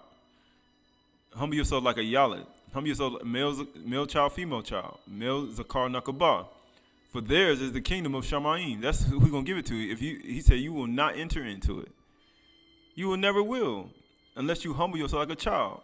It says, Barak are you when others revile you and persecute you and utter all kinds of evil against you falsely on my account. Why? Because you're walking in the commandments of the garden. You're walking in the actual way that he taught from the Bereshit. You are his child. Rejoice and be glad. Why? Sing a song. Thanksgiving. Rejoice and be glad. For your reward is great in the Shamayims. For so they persecuted the Nabiim who were before you. Why? Because you're telling people, just like Yirmiyahu, he said, add to your burnt offerings and sacrifices. From the day I brought you out of the land of Mizraim, I never told you to do that. I never told you to do that. Why do you think they killed him? Why do you think they persecuted Yirmiyahu and lied on him and threw him in prison? Because they were persecuting people. They were mistreating people. He was defending the poor, the fatherless, and the widows. He was defending the animals and the creatures. That's what Yirmiyahu was doing. And people slaying things and killing things for unjust gain. And destroying Yahuwah's creation. And destroying each other. That's what Yirmiyahu did. And they killed him for that.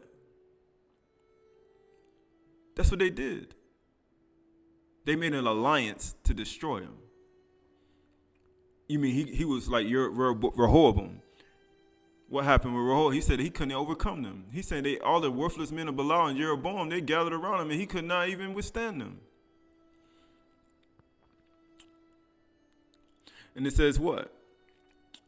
He says, what? You are the salt of the earth. So in order to be the salt of the earth, we just talked about having a covenant of salt. He said, didn't he give the house of Daud the covenant of salt to rule over Yashua? He said, this is supposed to be a covenant of salt forever. All your sacrifices. He said the sacrifice of the grain offering is supposed to be seasoned with Malach. The same thing when it came to offering up the pleasing aroma. Even the anointing oil had to be seasoned with salt. He said, you are the salt of the earth. But if the salt has lost its taste, so what is he talking about? Have a covenant of salt? Righteousness, peace, purity of heart, merciful, hungering and thirst after righteousness, meek. You mourn when things, when you see the world the way it is, you're supposed to mourn. You pour in ruach, which means you desire your inward man to be fed. He said, that's how you lose your salt. Because you ain't going to do these. He said, why? Because you are the salt of the earth. This is what people with salt do. This is what he said, your salt covenant. You're supposed to be seasoned with this. Everything you offer has to be seasoned with this. He said, I'm poor. I'm poor in Ruach.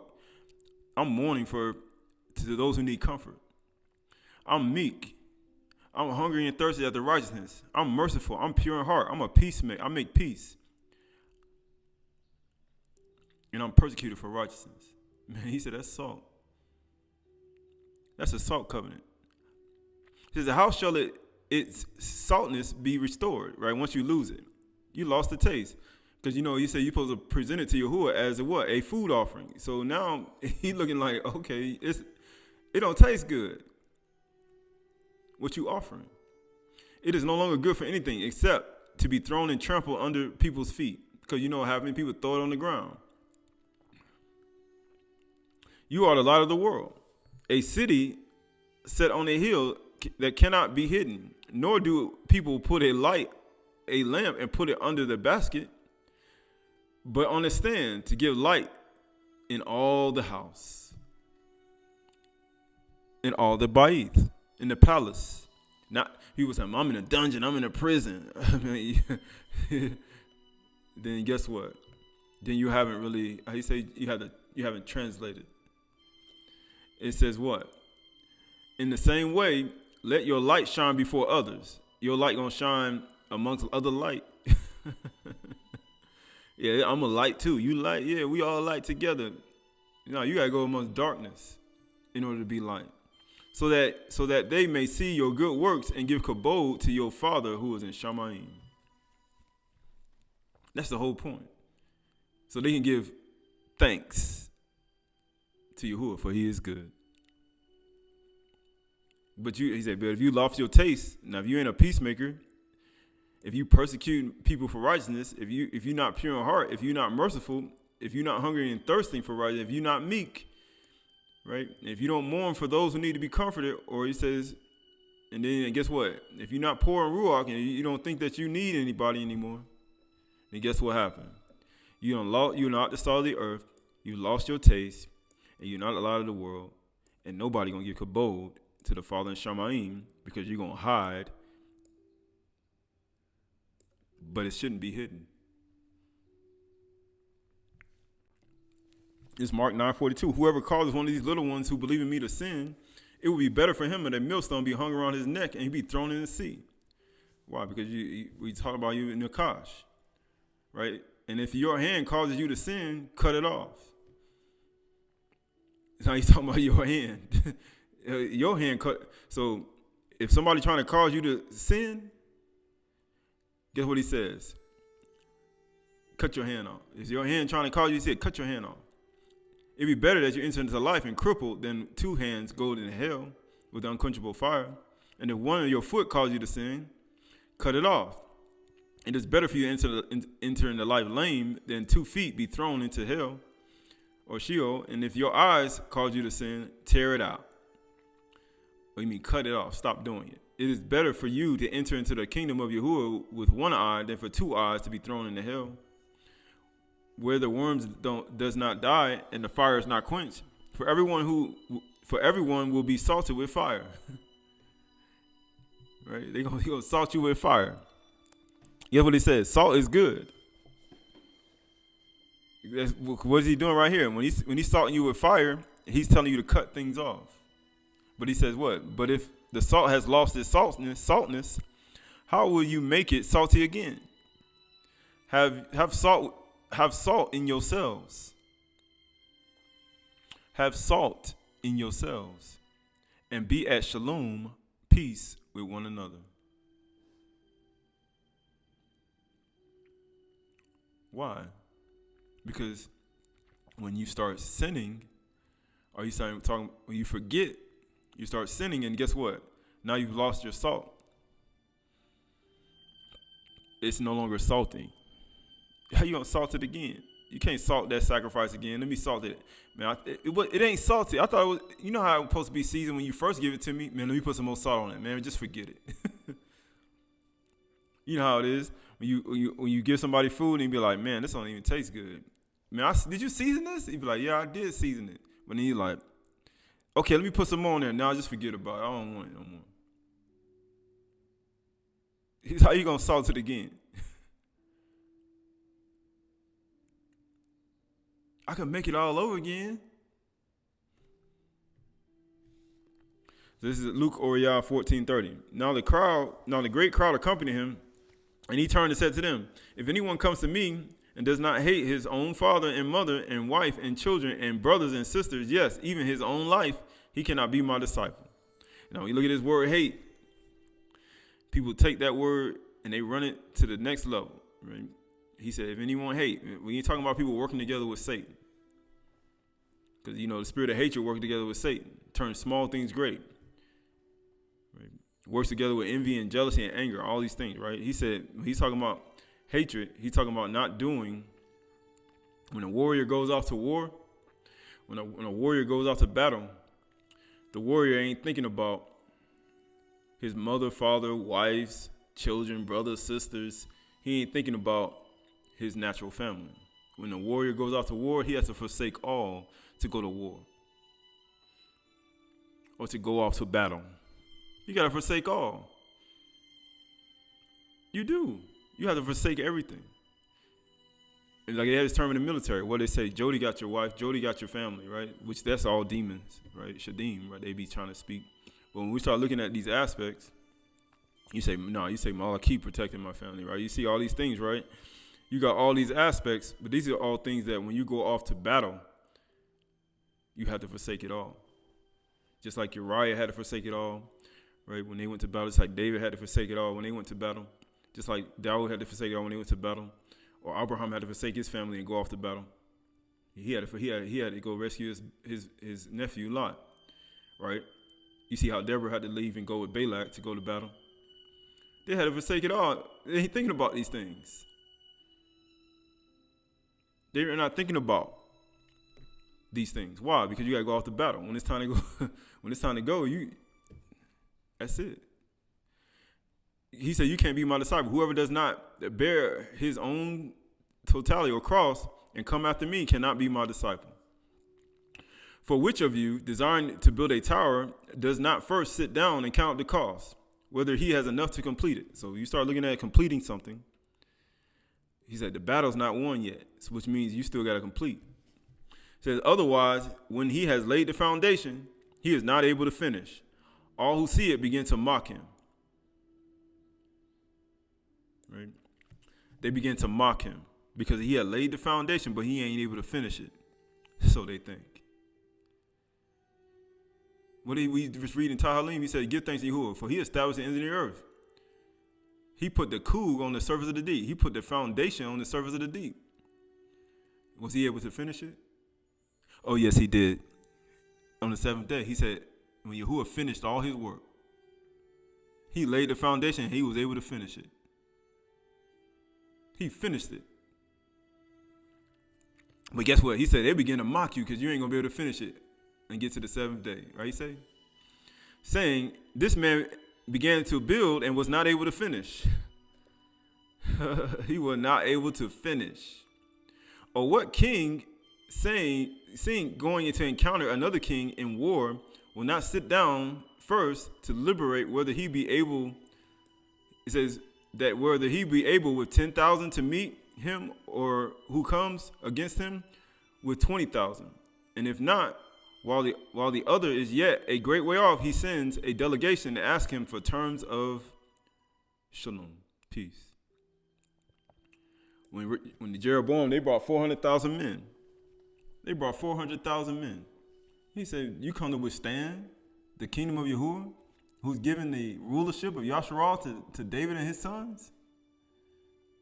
He said, you come to do that, and now you come to, just because you got a multitude of people, you finna come and try to stop this from taking place?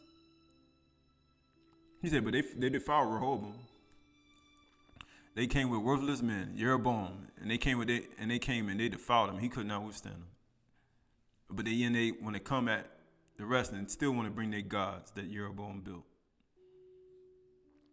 So he says, so therefore, any one of you who does not renounce all that he has cannot be my disciple. You can't go out to battle with Yahusha. Because when the people, when they get at war, when the war cry and they get a call, ding, ding, they get a phone call, even in the natural world, you've been activated. That man has to leave everything. That man has to leave everything. That woman has to leave everything and go fight. When the call comes, right? And then you start looking at these aspects. And when the wartime over, they go back home.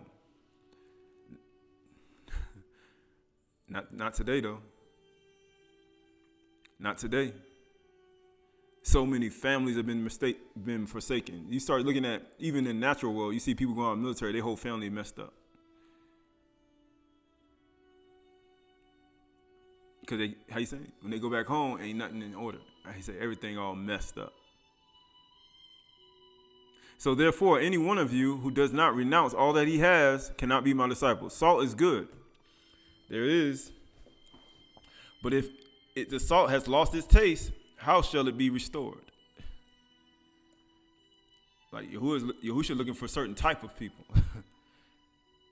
He said, "This you make a sacrifice because when you're going off to battle, you're sacrificing your life. But he said, if you can't do this, then you don't have enough salt.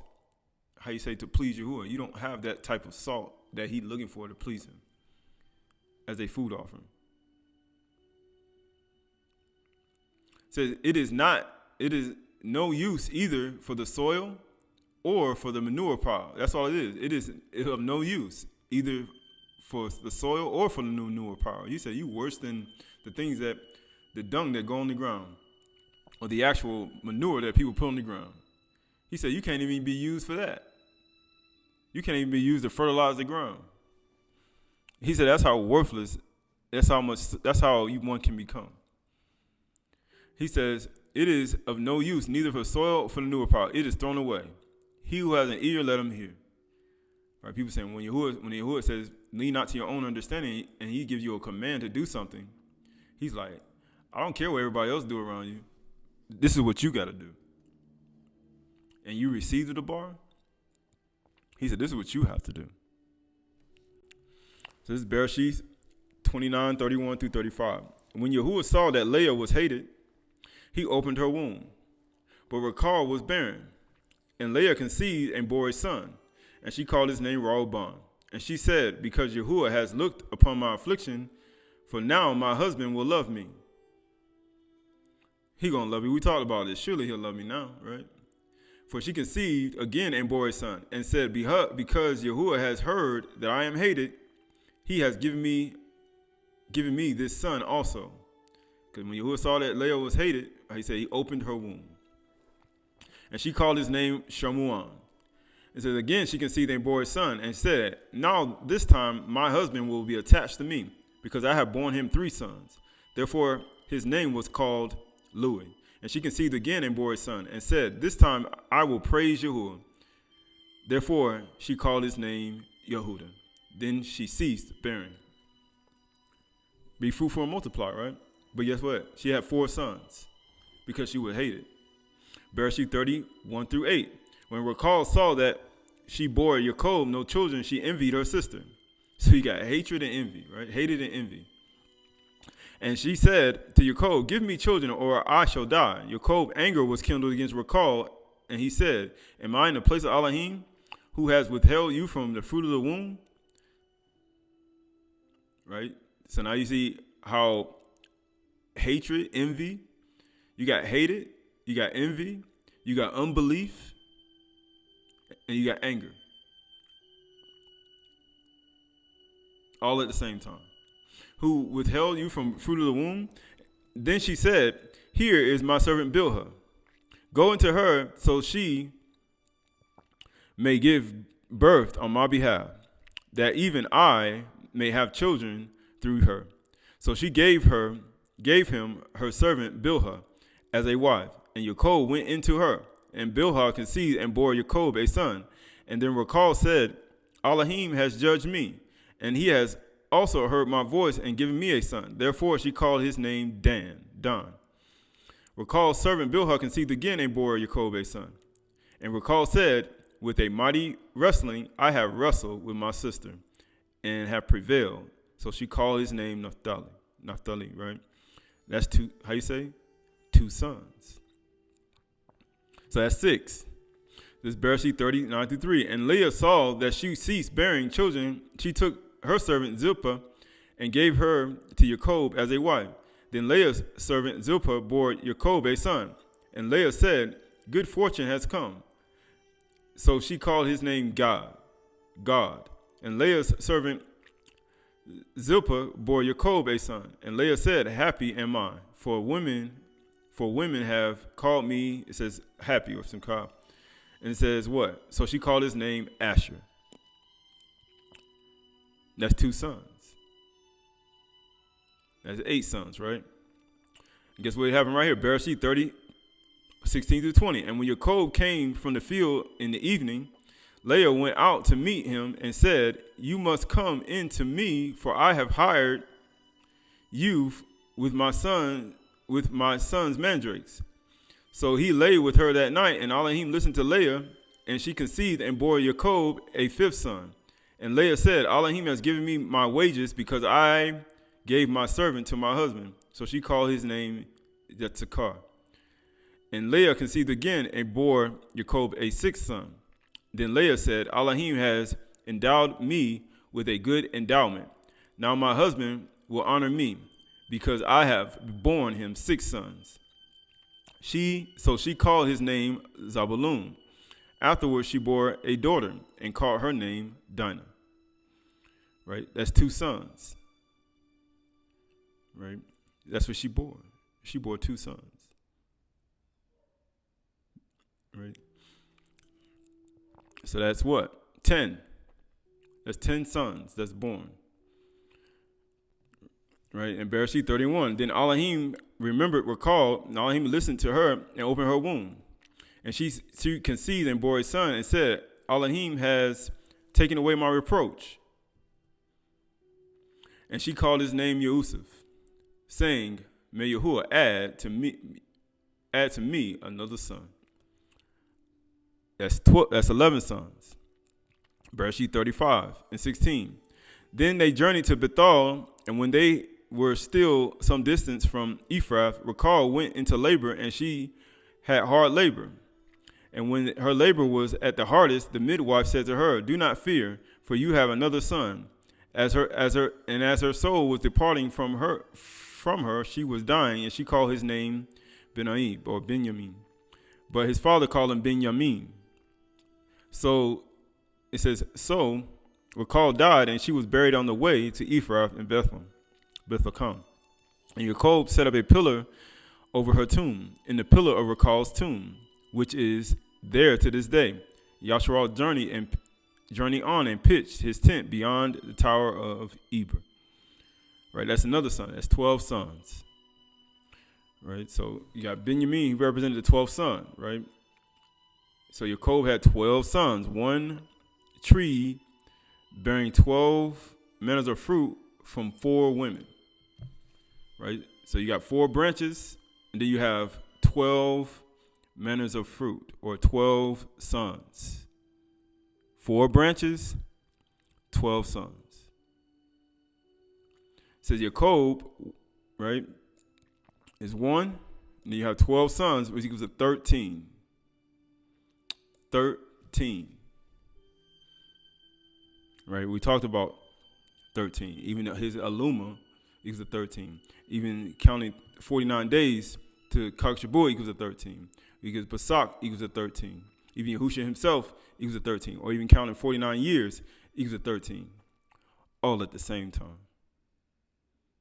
Even Jacob, one man bearing 12 manners of fruit from 4 different women, 4 branches equals to 13 from having 12 sons.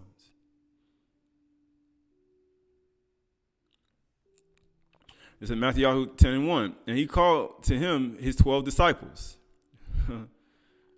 So Yahushua calling him 12 disciples, that's 13, and gave them authority over unclean spirits to cast them out and to heal every disease and every affliction.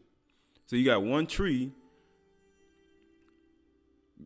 having 12 disciples or 12 sons. Equals to 13. And that tree was for it. And it says to cast them out and to heal every manner of disease, heal every disease and every affliction. So you people like, diseases on earth can't be healed. Yes, they can. He says every. What part of that don't you understand? It says the names of the 12 shalakim, or the 12 sons, or the 12, right, manners of fruit are these. First, Simon, who was called Koph, Andrew, his brother, Jacob, or the son of Zebedee. And it says Yeuchanan, his brother, Philip, Bartholomew, Thomas, Matthew, the tax collector, James, the son of Alphaeus, and Thaddeus, Simon, Zealot, and Judas Iscariot, who betrayed him. Right, you got one fruit on the tree that wasn't, how you say, it wasn't going to be ripe. Why? Because of Ra. That's why we talked about some seed is sown on good ground, and some, the cares of the riches don't allow it to become mature. The cares of this life and riches don't allow it to become mature. You see Judas as that one fruit on the tree. Matthew 10:5. These 12 he sent out, instructing them, go nowhere into the Goim, and then enter not into the town of Samaritans, but go rather to the lost sheep of the house of Yahshua, and proclaim as you go, saying the Malkuth of Shamayim is at hand. Heal the sick, raise the dead, cleanse the lepers, cast out demons. You receive without pay, give without pay. Ain't nobody paying you for this, right? He said you receive it without pay, give without pay. Some people received it with pay. And some people, when they give it, they want pay.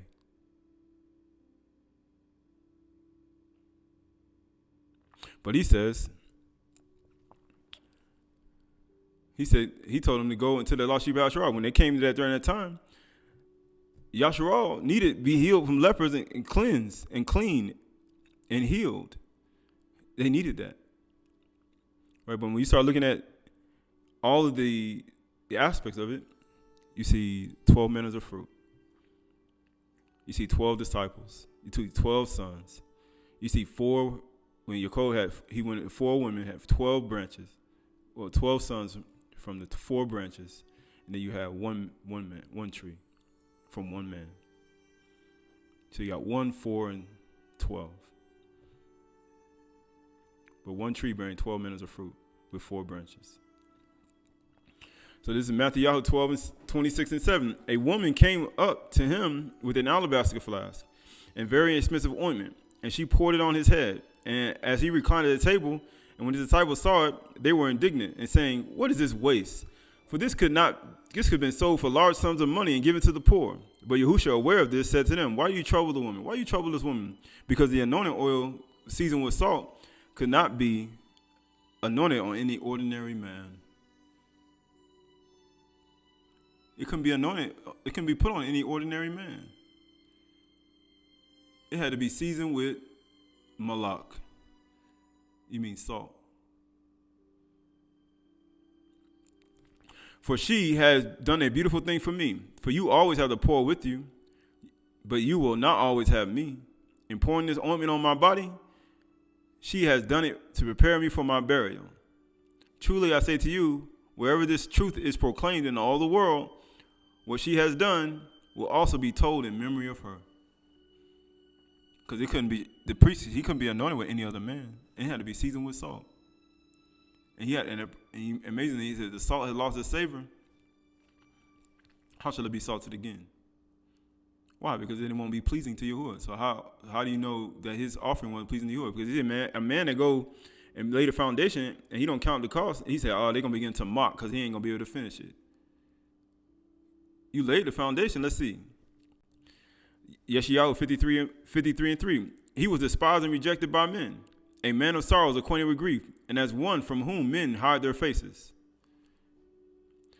He ain't hid his face. They beat it. How you saying? He ain't hide his face. And he was despised, and we esteemed him not.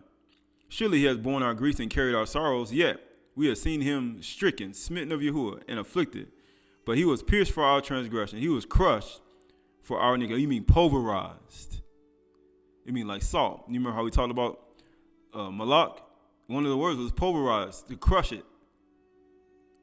Seasoned. He was seasoned with salt. He was crushed for our iniquities.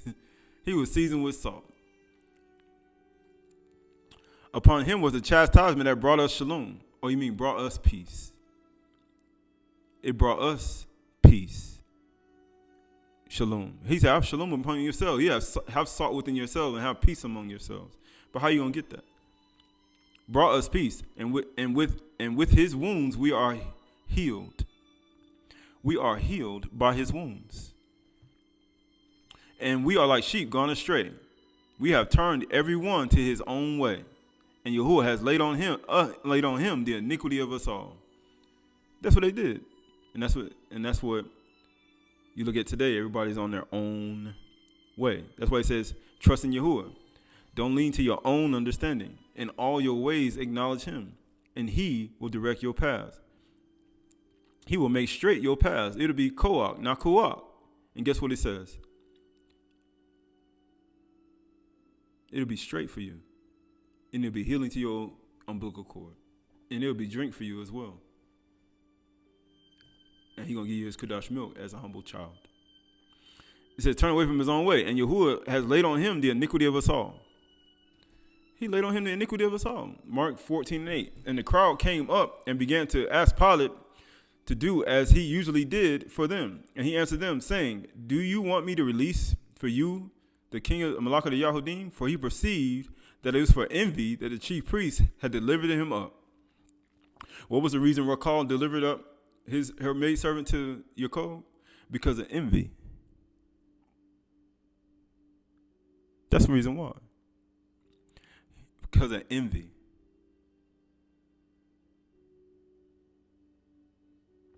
Yukonah 15:23. Whoever hates me hates my Father also. If I had not done among them the works that no one else did, they would have been guilty. They would not have been guilty of sin. But now they have seen and hated both me and my Father. But the word that is written in the Torah must be fulfilled. They hated me without a cause. What was the reason why Yahuwah opened Leah's womb? Because it said when Yahuwah saw that she was hated. For no reason at all.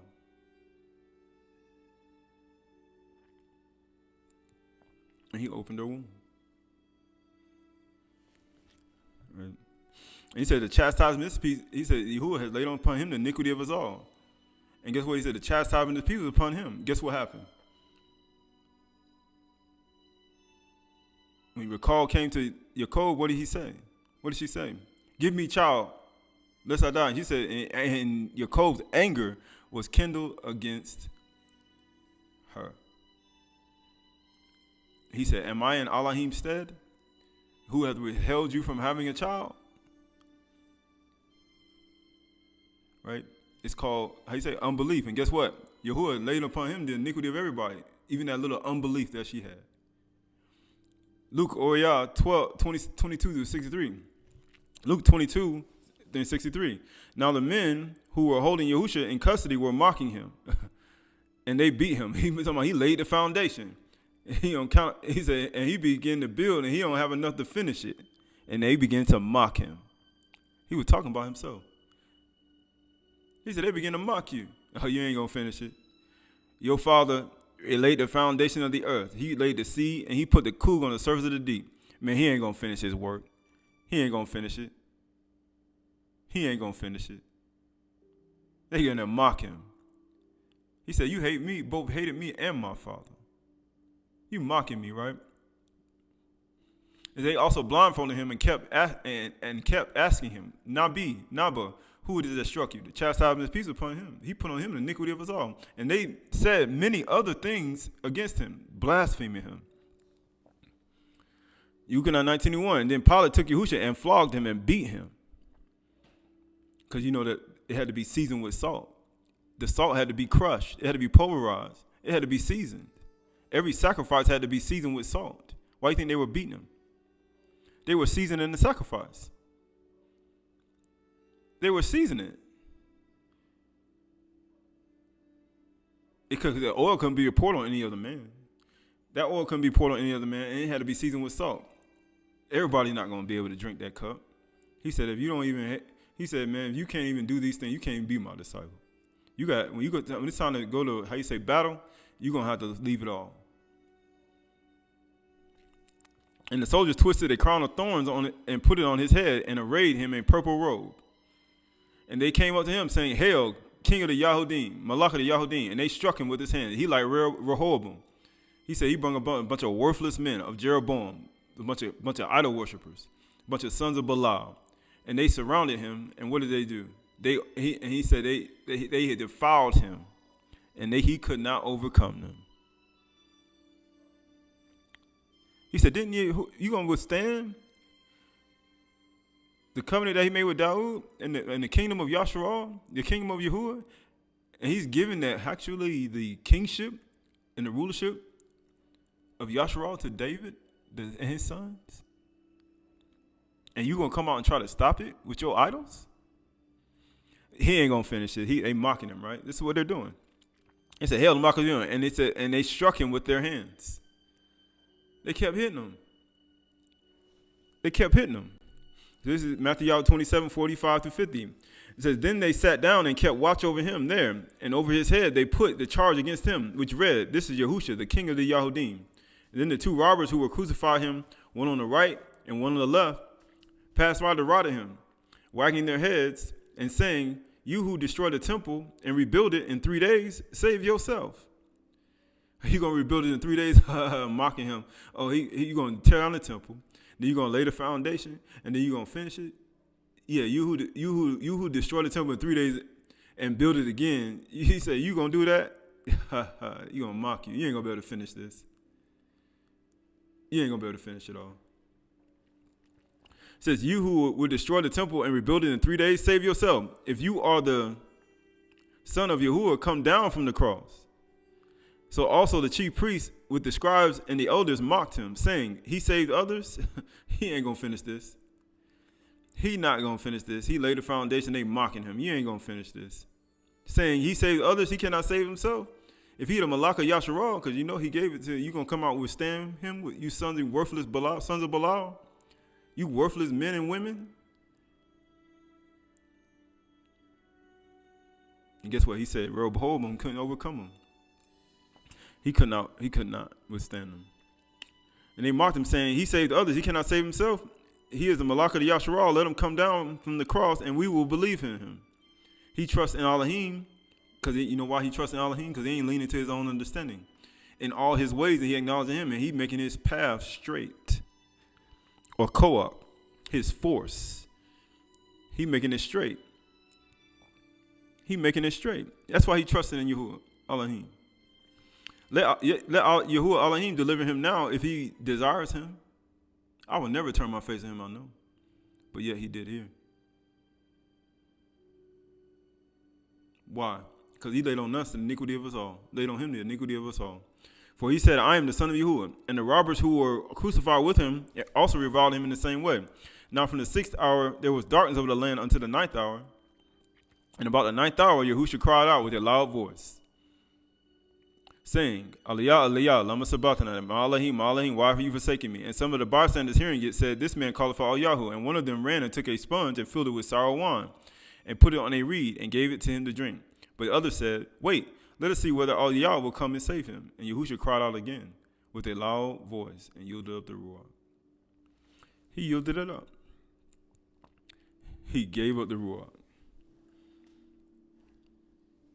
How you mean? He finished it. He finished it. They mocked him, but yet he counted the cost and he realized I had enough to finish. I finished it. Yeah, that tree bearing 12 manners of fruit, he finished it. Or 12 sons, or you say 12 disciples, he finished it.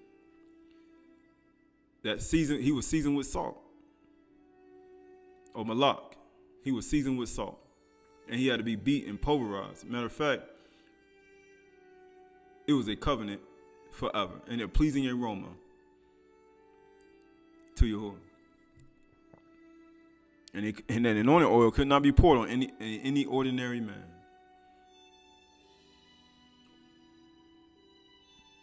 It wasn't. So the Yukonah 1932. So the soldiers came and broke the legs of the first and the others who had been crucified with him. But when they came to Yahusha, they saw that he was dead already. And they did not break his legs. But one of the soldiers pierced him in his side with a spear. And at once came out blood and water. It came out blood and water. They pierced him in his side. You said, why did they pierce him in the side?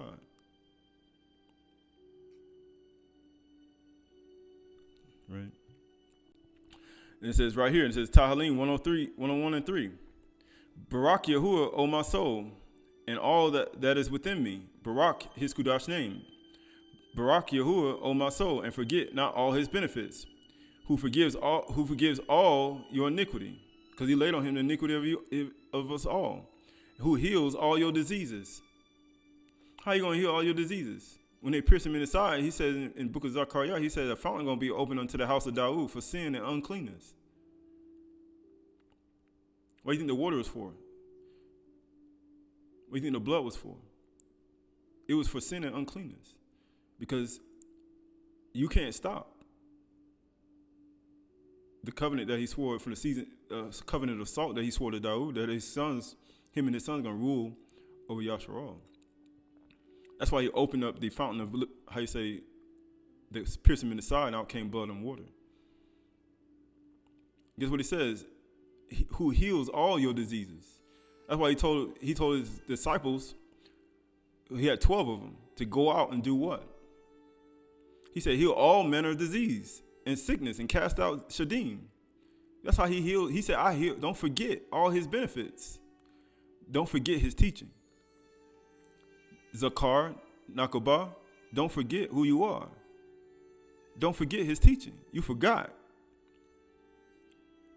Don't forget all his benefits for him being your father. He heals all your diseases. Exodus 12, 15 through 25. And then Yahuwah made for them a statute and a rule. And therefore he tested them. That's what he does. He tests you. He said when the testing comes, they receive it with joy, but when testing comes, they fall away, right? He said, and tested them, saying, if you will diligently listen to my voice of Yahuwah, your Elohim, and do that which is right in his eyes, and give ear to his commandments, and keep all his statutes, I will put none of the diseases on you that I put on Mizraim, or sons of Ham, the descendants of Ham, for I am Yahuwah, your healer.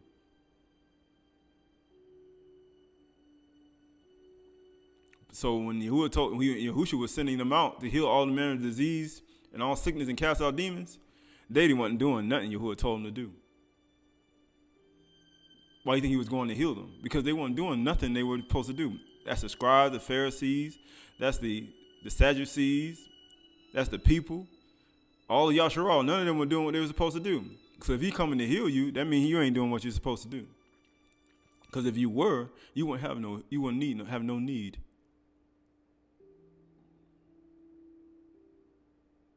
For that. Why do you think he told them to go to the house of Yasharal? Because he was trying to show them, I'm Yahuwah, your healer. I'm that tree bearing 12 manners of fruit, or 12 sons. I am that person. That's me.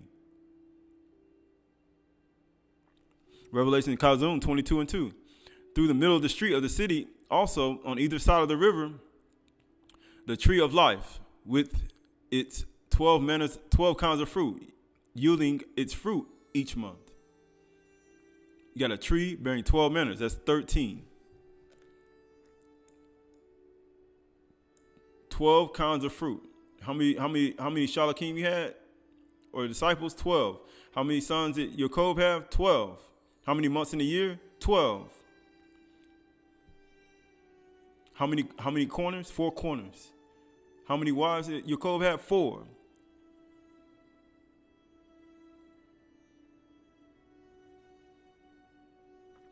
They all, produced. And then what happened? He said yielding 12 yielding its fruit each month. The leaves of the tree are for the healing of the nations, the green herbs. The herbs. And guess what? The herbs. And guess what he says? Yahushua said what? Have salt within yourself. He's telling you how to live. You have salt within yourself. You have the green herbs and trees and fruit within yourself. You gotta be a peacemaker, merciful, right? You gotta do all these things. You gotta be hungry and thirst after righteousness. You can't forget. You have to believe that you are Elohim. You have to humble yourself like a child. You gotta do all these things all at the same time. But he said the leaves of the tree are for the healing of the nations. That tree, that tree bearing 12 manners of fruit, was a tree that was for the healing of the nations. And who was that? Yahushua Mashiach himself. It was for the healing of the nations, or healing, or Rapha. He said, I heal all your diseases. So this is Revelations 22:1. It says, then the angel of Malach showed me the river of water, bright as crystal, flowing from the throne of the Lamb through the middle of the street of the city. So you got water of life, bright as crystal. You ever seen crystal? Water, and it's clear. You look at the mountain, and it's real crystal. Also on either side of the river, the tree of life. Its fruit is the tree of life with 12 kinds of fruit. The tree of life with 12 kinds of fruit. Right? You look at yourself. Look at the tree. It says 12 kinds of fruit, yielding fruit each month. The leaves of the tree are for the healing of the nations, right? The healing of the nations. The only reason we went here again, because we're trying to show this part. It was a water of life, bright as crystal. Bright as crystal. A river. Water. And it's supposed to be for life. This river that flows from the actual throne, or he says, where Yahuwah and the Lamb sit, is water. It brings forth life. It brings forth Kai, life. That's why he said, my son, do not forget the commandment of your father and the teaching of your mother. He said, trust in Yahuwah, lean not to your own understanding. In all your ways acknowledge him, and he will make your path straight. It will be healing to your umbilical cord. It will be refreshment to your bones. It will be a drink of clear water from his throne. It will be a drink for you. It will heal you. This water, these leaves will heal you. The knowledge, understanding, and wisdom will heal you. Because Amunah comes by hearing. It's going to heal you. Into Revelations 8:10, the third Malach blew his trumpet, a Turah, and the great star fell from Shamayim, blazing like a torch. And it fell on the third part of the rivers and on the springs of the water. The name of the star was Wormwood, and the third of the waters became wormwood. And many people died from the water because it was made bitter. Why? Because it was made poisonous. The river was made poisonous. Wormwood, it was turned to poison. It was a great star, a messenger, and it was made poison. It fell from Shamayim, blazing like a torch, and it started to make all the rivers poisonous that one couldn't drink, and they were made bitter, poisonous. He said, who should one should be drinking from? From Yahuwah and the Lamb. Because it's clear as crystal. Because today, some things are poisonous and wormwood and bitter. And guess what it's going to do? Second Malachim, 2 Kings 2:15. Now when the sons of the Nabi'im who were in Jericho, and it says, saw him opposite them, they said, the spirit of Al-Yahu rests upon Al-Yasha. And they came to meet him and bowed to the ground before him. And they said to him, behold, now there are with your servants 50 strong men. Please let them go and seek your master. It may be that the Ruach of Yahuwah caught him up and cast him upon some mountain or in some valley. And he said, ye shall not send. But when they urged him till he was ashamed, he said, send. And they sent therefore 50 men. And for 3 days they sought him, but did not find him. For 3 days they sought and they could not find him. Right, when Yahushua rose from the grave, from the grave, right? When they came to the tomb after 3 days, he said, "He is not here, but he is risen." They ain't found him there. And it says what? And they came back to him while he was staying at Jericho, and they said to them, "Did I not say to you, do not go?" Now, when the men of the city said, when the men of the city said to Aydahchay, "Behold, the situation of this city is pleasant, as my master sees, but the water is bad." Look at it. The water is bad, and the land is unfruitful. That's what happens. When the water is bad, the land is unfruitful. Because when the water is bad, the land is unfruitful. He said, "Bring me a new bowl and put salt in it." Put salt in it. Put salt in the bowl. So they brought it to him. Then he went to the spring of water and threw salt in it. What do you think Yahushua said? Have salt within yourselves and be at shalom with one another. Why? So the water won't be bad and the land won't be unfruitful. And he says what? Thus says Yahuwah, "I have healed this water." He said it's supposed to be for healing for the nations. I have healed this water. Because he threw salt in it. Why do you think Yahushua was beat and pulverized and smacked by the priests and the Kohanim and the people? Why do you think he was beat? He was seasoning it with salt. He was trying to heal the water. Or you mean heal Yasharal. And they could heal the nations. So they could heal the Goyim. It says, "I have healed this water. From now on, neither death nor miscarriage shall come from it." Where did miscarriage come from? From your inner child. The water that was coming from the river that wasn't allowing to be unfruitful, the land to be unfruitful, and water was bad, was causing miscarriages and death to children. To children. It was causing miscarriages to children. That's why Yahushua Mashiach was beat, and that's why he was smacked. That's why he had to be seasoned with salt, because he was healing the waters. Because you see all the waters were bitter, the worthless men of Jeroboam, and they came and they overcame him, and they defiled him, and they killed him, because the waters, the people, were bitter. They were wormwood.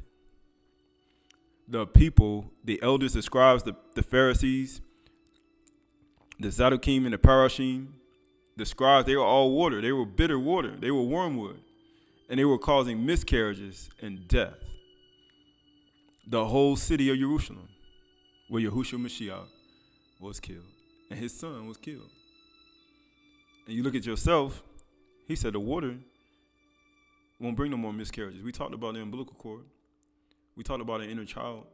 We talked about the child that's on the inside that has to drink the Kudash milk. But if the water that you're drinking is wormwood, then your child's going to die, and you're going to be unfruitful in your mind. And guess what? And the water is bad. And he say, or how you say, and then seed can't be sown, and then Satan steals it, and then it'll be continual. And guess what it says? Neither death nor miscarriage shall come from it. So the water has been healed to this day, according to the word that Aydahchay spoke. According to the word that he spoke. Right? So you look at 12 cranial nerves. You get 12 cranial nerves. Like you saw a tree bearing 12 manners of fruit for the healing of the nations. You see Yahushua Mashiach having 12 disciples. You see Yaakov having 12 sons. And you see a tree, or you see a brain or a mind, or the tops of your tree having 12 cranial nerves. Right? The one, you got olfactory, right? That's for smell. The optic for vision. Right? The tracheal for eye movement. So you look at your eyes and your ears. He said, I'm Yahuwah, who heal all your diseases. Why do you think you were healing people from blindness? Why do you think you was healing people from sight and vision problems? How you gonna know it? How you know you got a sweet smell and savor if your cranial nerves are off? You ain't gonna be able to smell properly. It says ocular motor, eye movement, and pupil reflex. These will all take place in the mind. This all takes place in your thoughts. He said, I'm Yahuwah who heal all your diseases. I hear all your diseases. Forget not his benefits. He said what? Open your eyes. Open your eyes. Open your eyes, right?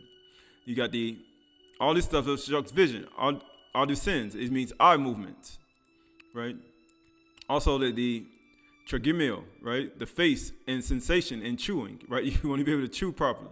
People saying, why? Everything's off. Why? He says 12 cranial nerves, and you have the facial, right? You got face movement and taste. How you gonna taste that Yahuwah is good? He said, I saw a tree bearing 12 manners of fruit. How are you gonna produce these things in your life, right? You got the gloss phaneal, right, which is the throat, the sensation, taste, and swallowing. You got the vestibular clear, is hearing and balance. I saw a 8 bearing Shany Chdash. Right. You got the vagus, the movement and sensation of the abdominal organs. You got the hypoglycal, the movement of the sensations of the abdominal organs. Right, we talked about the liver and the kidneys. Yahuwah judges the liver and the kidneys. He said inside the liver, what? Spirit of fighting and all these spirits dwell. It says accessory, right? It's a neck movement. These are all nerve centers. You got 12 cranial nerves. The nerve center, neck movement. Why do you think you call it stiffness of neck, hardness of hearing? All these are all what? A part of the 12 cranial nerves of your mind and your thoughts. We're using this as a understanding, a understanding of composite. I am Yahuwah who heal all your diseases.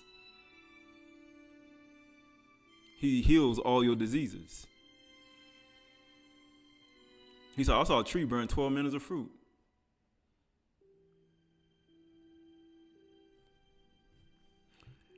And he was yielding fruit every month. But if your vision is off,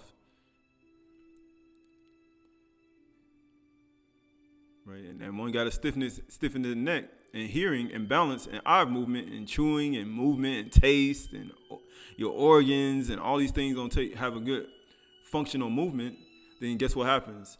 Then the whole body off. And this all takes place in your mind. This all takes place in the mind. Matthew 15:10. And he called the people to him and said to them, hear and understand. How are you going to do that when your cranial nerves are off?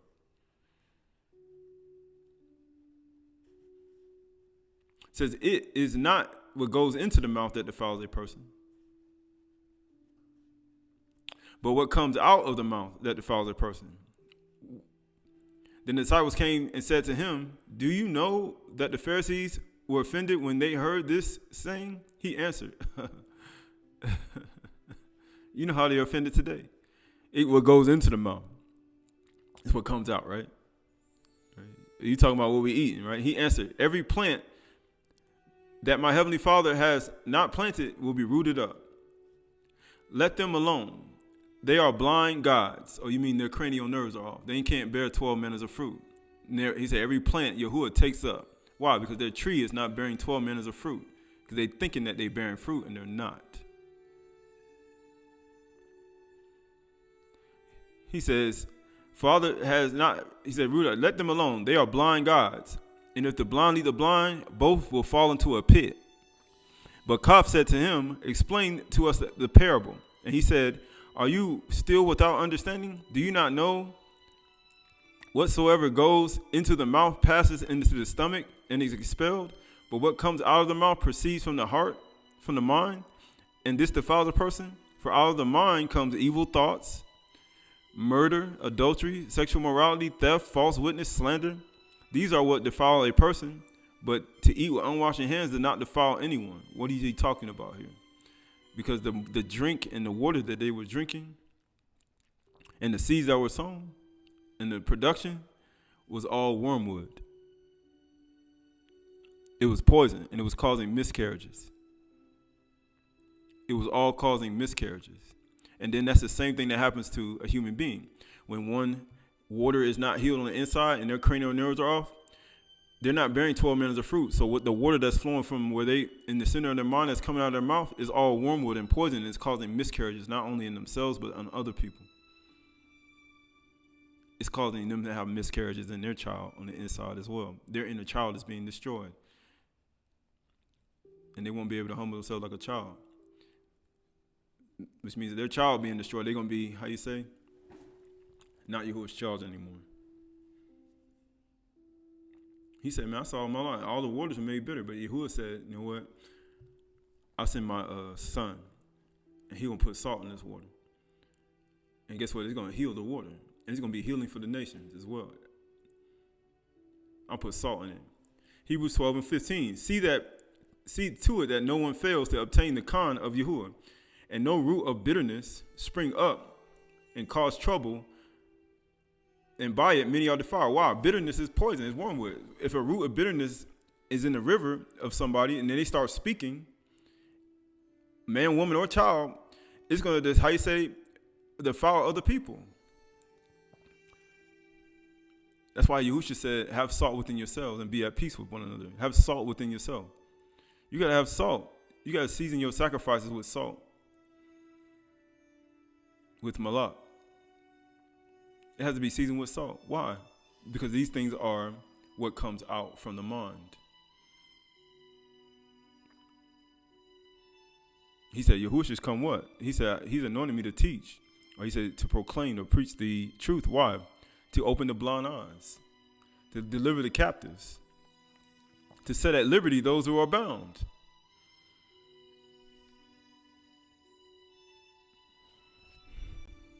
This is your code, James 3 and 5. So also the tongue is a small member, yet it boasts of great things.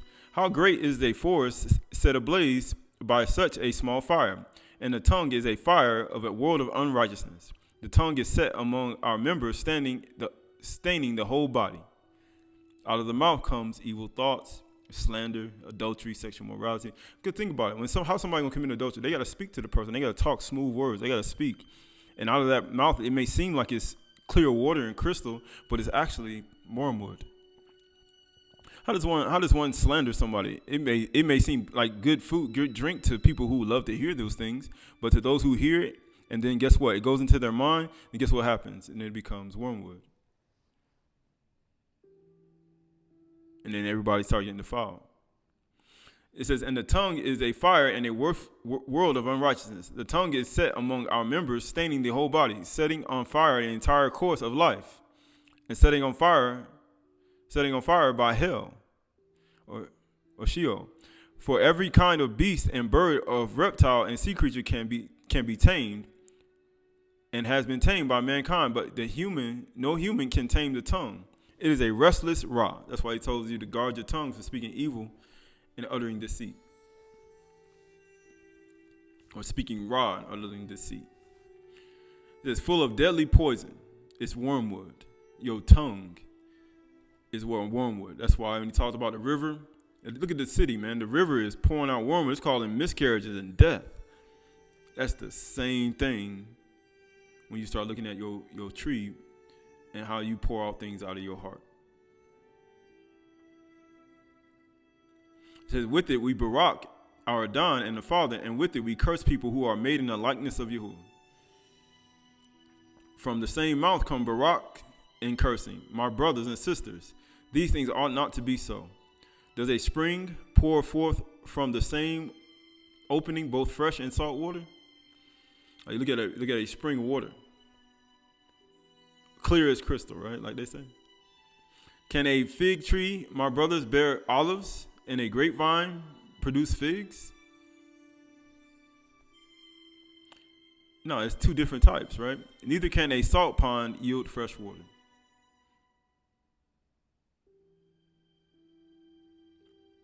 Right? Because those waters are not drinkable. Right? Once he said, why he threw salt in the water? Why? Because in order for the actual water that was spewing from the city to be healed, he had to sprinkle salt water and to heal the water. That's why that's why he says he threw cast salt in the water. Why? Because in order for the actual water to be healed, they had to, crush the salt and put it in the water that it may, heal to this day. It'll bring no longer miscarriages and death. Tiling 62:5. For Yahuwah alone, O my soul,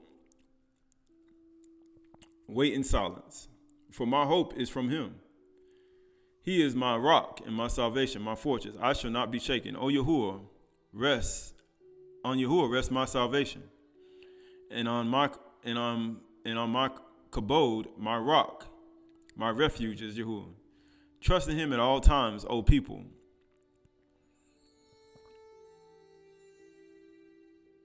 Trust in him at all times. Pour out your heart before him. Why do you think when they pierced Yahushua in the side, out came blood and water? He poured out his heart toward him. Yahuwah is a refuge for us. Why do you think you got to pour out your heart? He said out of the heart becomes what? Evil thoughts, adultery, sexual immorality, slander, gossip, malice. All these things come from the heart. So what he told us to do? He said we talked about giving thanks to Yahuwah. What is that? Aydah or Turah. Pay your vows. Those are confessions. Confessions is what? Pouring out your heart to him. Pouring out all that wormwood in your heart.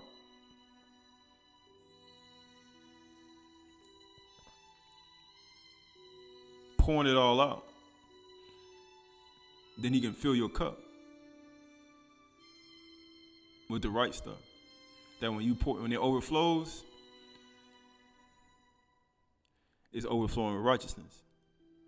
It's overflowing with kindness. It's overflowing with mercy.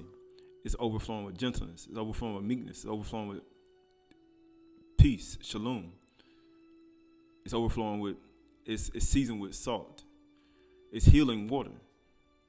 It's healing medicine to those who hear, not bitterness and wormwood. It's Colossians 4:5. Walk in wisdom toward outsiders. Make the best of use of time. Let your speech always be gracious, or he say, seasoned with salt. It's healing. It has to be healing water. So that you may know how you ought to answer each person. Word for gracious is charis or charis. When you're talking about silence of the lamb. They trying to silence the lamb, right? And which he did. He was quiet. He was, actually. He said he waited in silence, as we just read. For my hope was from Yahuwah. That's why he waited in silence while they was accusing him. But it says what? It's charis, it's gracious, manner of act, concrete, spiritual, the divine influence upon the heart. It is reflection of life. Because that from that river, that 12 manners of fruit, it brought forth life, and it was a healing for the nation. The leaves are for the healing of the nations. Joy, liberality, pleasure, acceptable benefit. Let your conversation be seasoned with salt.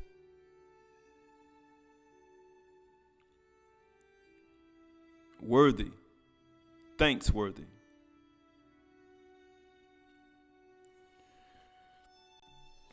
Dead Sea Scrolls, column 6, 4Q257. These are the paths in the world to enlighten the heart of man. Straighten out in front of him all the paths of justice. How are you going to straighten it out? He says, and Yahuwah will make straight your paths. Why? Because he's telling you, trust in me. Trust in Yahuwah with all your heart. Don't lean to your own understanding. Child, nakubah, male child, female child, in all your ways acknowledge me, and I will make your path straight. Nakuak. Straight in front of him all the paths of justice, the judgment. Establish in his heart respect for the precepts of Elohim in the ruach of meekness. Barak are the meek, for they shall inherit the earth. Of patience, generous compassion, he said, he said, those who receive the word on good soil, they receive it with patience and bear fruit with patience, right? He says, generous compassion, eternal goodness, intelligence, understanding of potent wisdom, and the trust of all the deeds of Elohim, and depends on his abundant mercy. We just read in Psalm 62. For Yahuwah alone, O my soul, wait in silence. I wait in silence, for my hope is from him.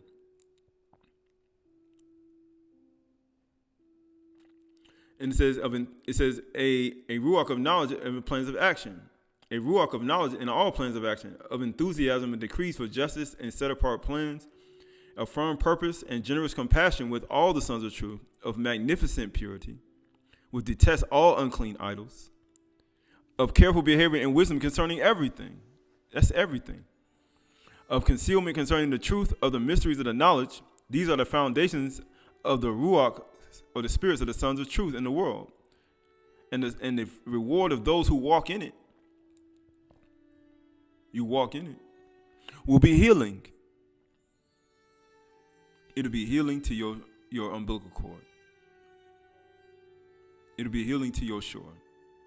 It will be healing to your mind. It'll be healing to your sight.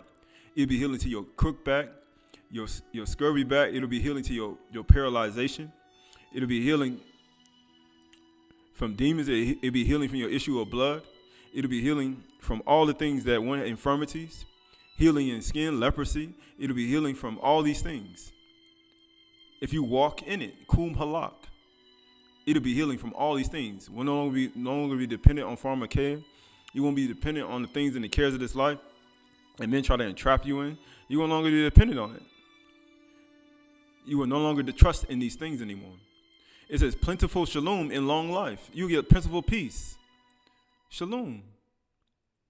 In long life, fruitful offspring with an everlasting barak, eternal enjoyment with endless life, and a crown of kabod and majestic raiment in eternal life. That's what you're going to get if you walk in this. And that's all you have to do. Qahalath. However, the ruach of deceit belongs greed, sluggishness in the service of justice, that's in judgment, wickedness and falsehood, pride, haughtiness of heart, dishonesty. All these take place in the mind. Trickery, demons, cruelty, much insecurity, impatience, much foolishness, impudent enthusiasm for appalling acts performed in lustful passion, filthy paths in the service of impurity. Barak are the pure in heart, for they shall see Elohim. See Yahuwah. That's what they're going to see. Blasphemous tongue. Isn't that what they did, Yahushua? They blasphemed him. Blindness of eyes. Your 12 cranial nerves. Hardness of hearing. 12 cranial nerves. Stiffness of neck. Cranial nerves. Hardness of heart. 12 cranial nerves, in order to walk in the path of darkness and evil cunning. And the visitation of those who walk in it. So you walk in this. I'm not walking in it. You won't walk in that. He said, Malach will be abundance of affliction at the hands of the Malach of destruction. Huh? Are you going to look in the mirror today? And forget what manner of man you are? Going to forget the commandment of Yahuwah and the teaching of your mother? You're going to forget. You're going to forget. He said, eternal Malach of destruction, eternal damnation, scorching wrath, and Elohim vengeance for permanent terror and shame, without end, and humiliation of destruction by the fire of the dark regions. In all the ages of their generations. People saying, why are the generational curses? This is why. There you go. There you go. Right? They're walking in the paths of darkness and evil cunning. And it says what? In their generations. And they shall spend in bitter weeping. Oh, there it is.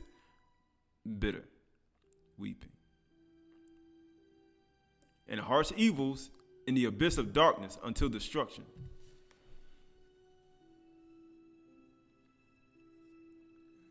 Without there being a remnant or survivor for them. He said, I'm going to cut off the memory of you from the earth. These people will not be in the Malkut, in the kingdom. They were the people with Jeroboam, the worthless sons and daughters of Belial. They had a calf that they brought. They brought the gods to think they were going to overthrow what Yahuwah spoke. They mocked. They thought he wasn't going to finish it. But he said, like Yahuwah did in the beginning, I laid the foundation of Kug and I finished it. And I rested Shabbat Yom this day. And guess what? Yahusha said, it is finished. They mocked me though, Father, but I finished it. They mocked me and you, but we finished that work. They thought we weren't going to finish it. Oh, you mean Qahalath. I finished it, right? Zabulun, Testament of Zabulun 8 and 8. You also, my children, have compassion toward every person with mercy, in order that Yahuwah make you compassionate and merciful to you. These are one of the paths of the foundation of the sons of light, sons and daughters of light. The Allahims who receive the light. It says, in the last days, Yahuwah will send his compassion on the earth, and wherever he finds compassion and mercy, in that person he will dwell. So it's here today. It's here today. His compassion is here today. To the extent that a man has compassion on his neighbor, to the extent Yahuwah has mercy on him. For when he saw me, he was moved with compassion. Whoever you see, do not harbor resentment, my children. Love on one another, and do not calculate the wrong done by each other to his brothers or sister. This shatters unity and scatters all kinship and stirs up the soul. Who recalls evil receives neither compassion nor mercy. Why do you think Yahushua Mashiach, got no compassion nor mercy? He said, I charge you with all the sin of righteous Abal all the way to Zechariah slain in between the altar. You killed all the Nabi'im who were trying to tell you how to treat people and not destroy his creation and animals and stop eating flesh and turn back to how it was where I made you. You slew them. You killed them all. You think that ain't going to be the same today? But you see people trying to, mask themselves in certain things. But then now we know that it's true. That the false Mashiachs are here. Right? Colossians 3 and 5. Or he said 3 and 1. Colossians 3 and 1. If you then have been raised with Mashiach, seek those things which are above, where Yahushua Mashiach is seated at the right hand of Yahuwah. Set your minds on things above and not on things on the earth. For you have died, and your life is hidden with the Mashiach and Allahim. Why is he saying this to you? Because is it not written in your Torah, I said you are Allahim? I created you in my image and likeness. When Mashiach, who is your life, appears, he means your life. Because it was a tree coming from the throne of Yahuwah and the Lamb. And guess what? It was clear as crystal, and it brought forth life. He is your life. It says, and your life, guess what it says? Guess what it says? For set your minds on things above and not on things on earth. For you have died, and your life is hidden in Mashiach Yahusha, Mashiach and Allahim. It says, and when Mashiach, who is your life, appears, then you will appear with him in Kabod. Put to death, therefore, what is earthly in you, sexual morality. All these things pour out from the heart. Impurity, from the heart. Passion, from the heart. Evil desire, from your mind. Covetousness, all this on your tongue, which is idolatry. On the account of these, the wrath of Yahuwah is coming. In these you too once walked, when you were living in them. But now you must put them all away. Anger, it comes from the heart. Wrath, it comes from the heart. Malice, it comes from the heart. Mind. Slander, it comes from the heart. Obscene talk from your mouth. All this comes from your heart. This is wormwood. All these things are wormwood. It's poison. It's all poison. It causes miscarriages and death, and not only in yourself, but in other people. Do not lie one to another. That is wormwood. Seeing that you have put off the old self and with its practices. Great are the works of Yahuwah, studied by those who follow them, who delight in them. They practice it. The works of Yahuwah. They study. They worship. They do it in prayer. They don't lie. Why? Because it's practice. You have to practice the great works of Yahuwah, and you have to study them. And put on the new self, which is being renewed, or you mean transformed in knowledge after the image of its creator. The new self is after the image of its creator. Like we talked about the express image of his persons, the actual radiance of the universe. he's prepared that his breast, his Kudash milk for you, that you may live by it or practice it. It says, here there is no Greek, Yehudi, circumcised, uncircumcised, barbarian, Scythian, slave, or free, but Mashiach is all in all. Put on then as Yahuwah's chosen ones. Kudash and beloved and compassionate hearts, kindness, humility, meekness, patience. All these are all people who are going to inherit the earth. Will you be one of the people that inherit the earth? Will you be one of the people that inherit the earth? Bearing one another. And if anyone has a complaint against another, forgiving each other as Yahuwah has forgiven you. So you also must forgive. Why? Because when you start complaining, it turns into wormwood. It becomes poison. That's in anything you do in life. It becomes not only poison to you, but it also becomes poison to other people. And above all these, put on love, which binds everything together in perfection. Because Ahab is the strength of the house. Love. But if it's hard for a person to love, it's hard for a person to show kindness, it's hard for a person to show humility. I mean, your heart is hardened. Your mind is hardened. Something, how you say, is stopping the seed from going. Either Satan is stealing it from you, or you're receiving it with joy, but you fall away when you're offended, or because of persecution, or you just drunk with the cares of this life and riches. That's the only way. It says, above all these, put on love, which binds everything together in perfectness. And above all these, put on love, which binds everything in perfectness. And let the shalom, or peace of Mashiach, rule in your hearts. Have salt within yourselves, and have peace amongst each other. You got to let it rule in your mind. To which indeed you were called into one body, to be thankful. Yahushua Mashiach's body is peaceful, is shalom. It's quietness, it's trust. Like he talks about with the daughters of Saul who were careless. He said, but when they stop being careless, then it'll be trust, quietness.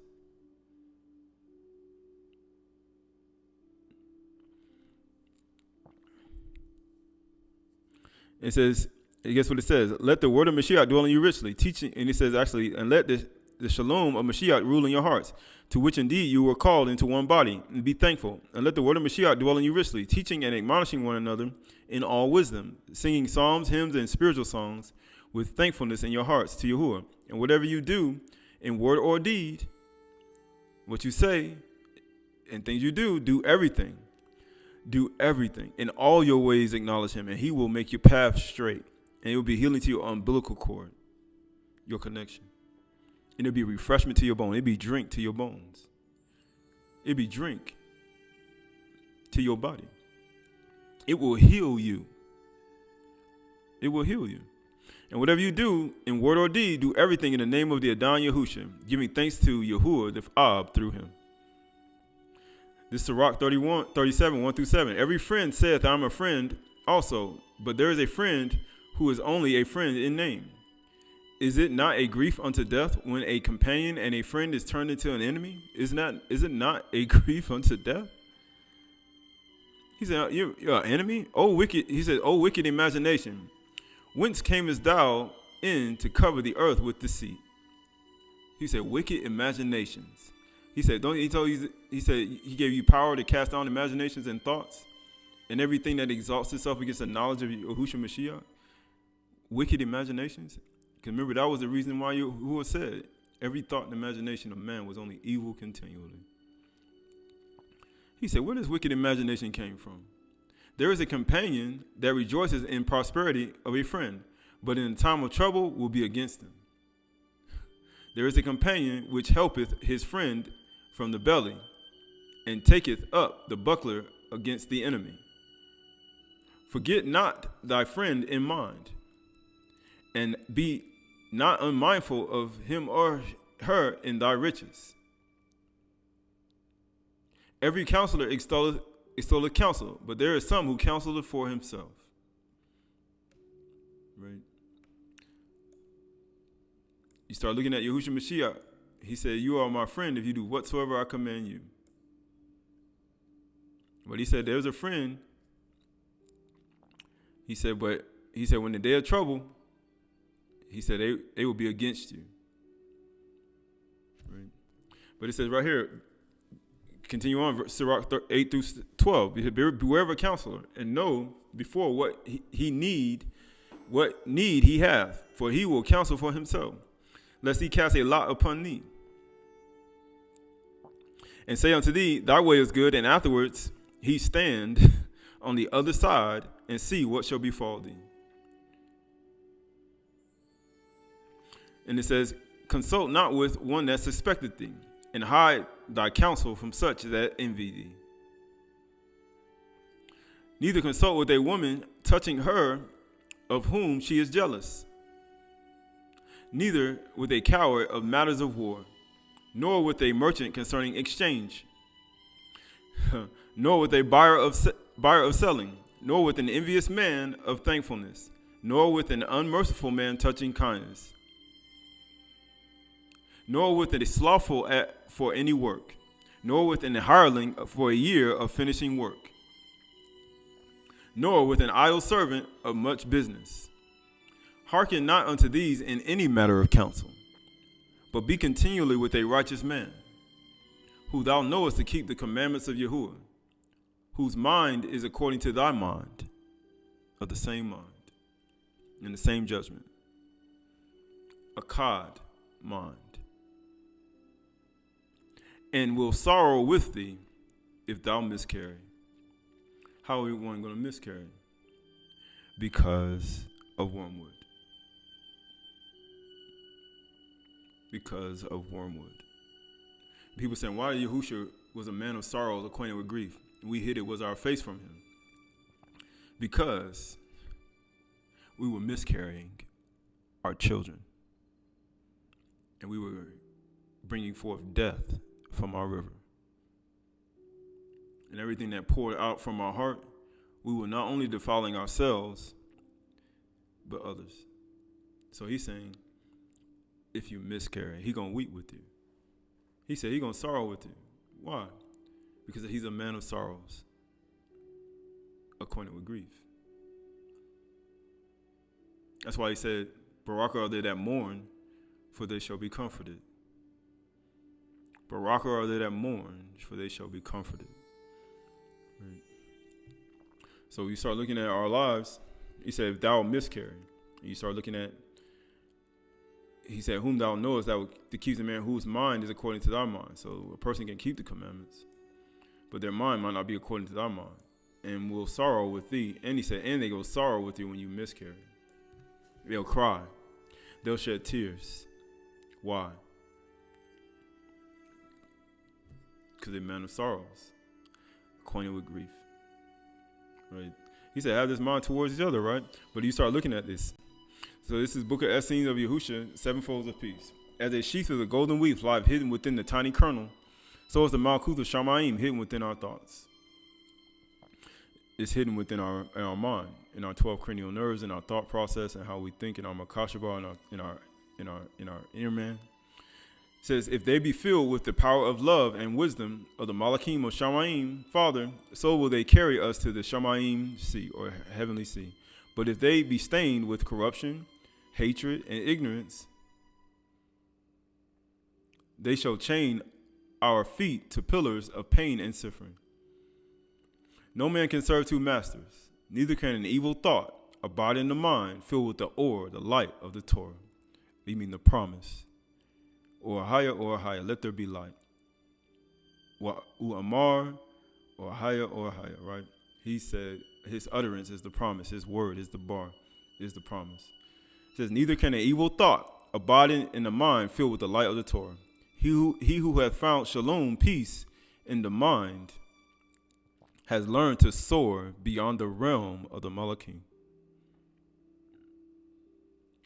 Know this shalom with thy heart.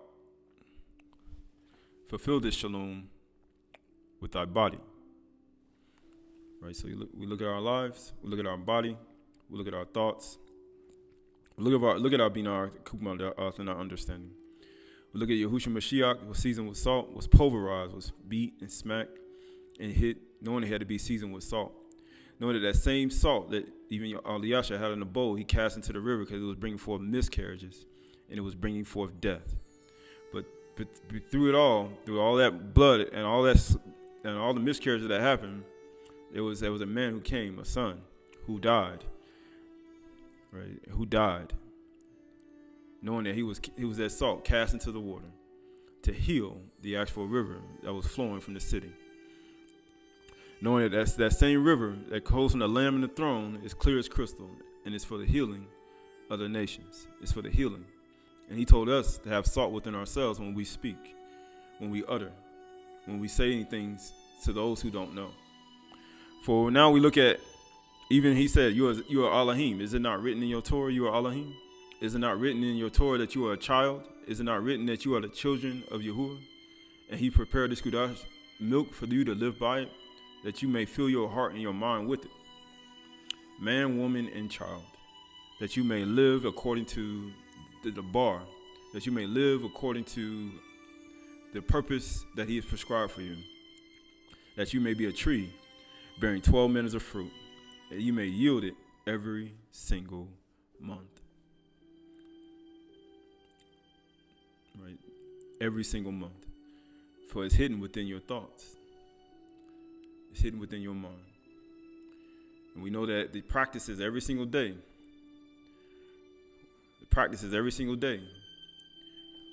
Cultivating and waiting and planting and watering will yield forth an increase in one's mind.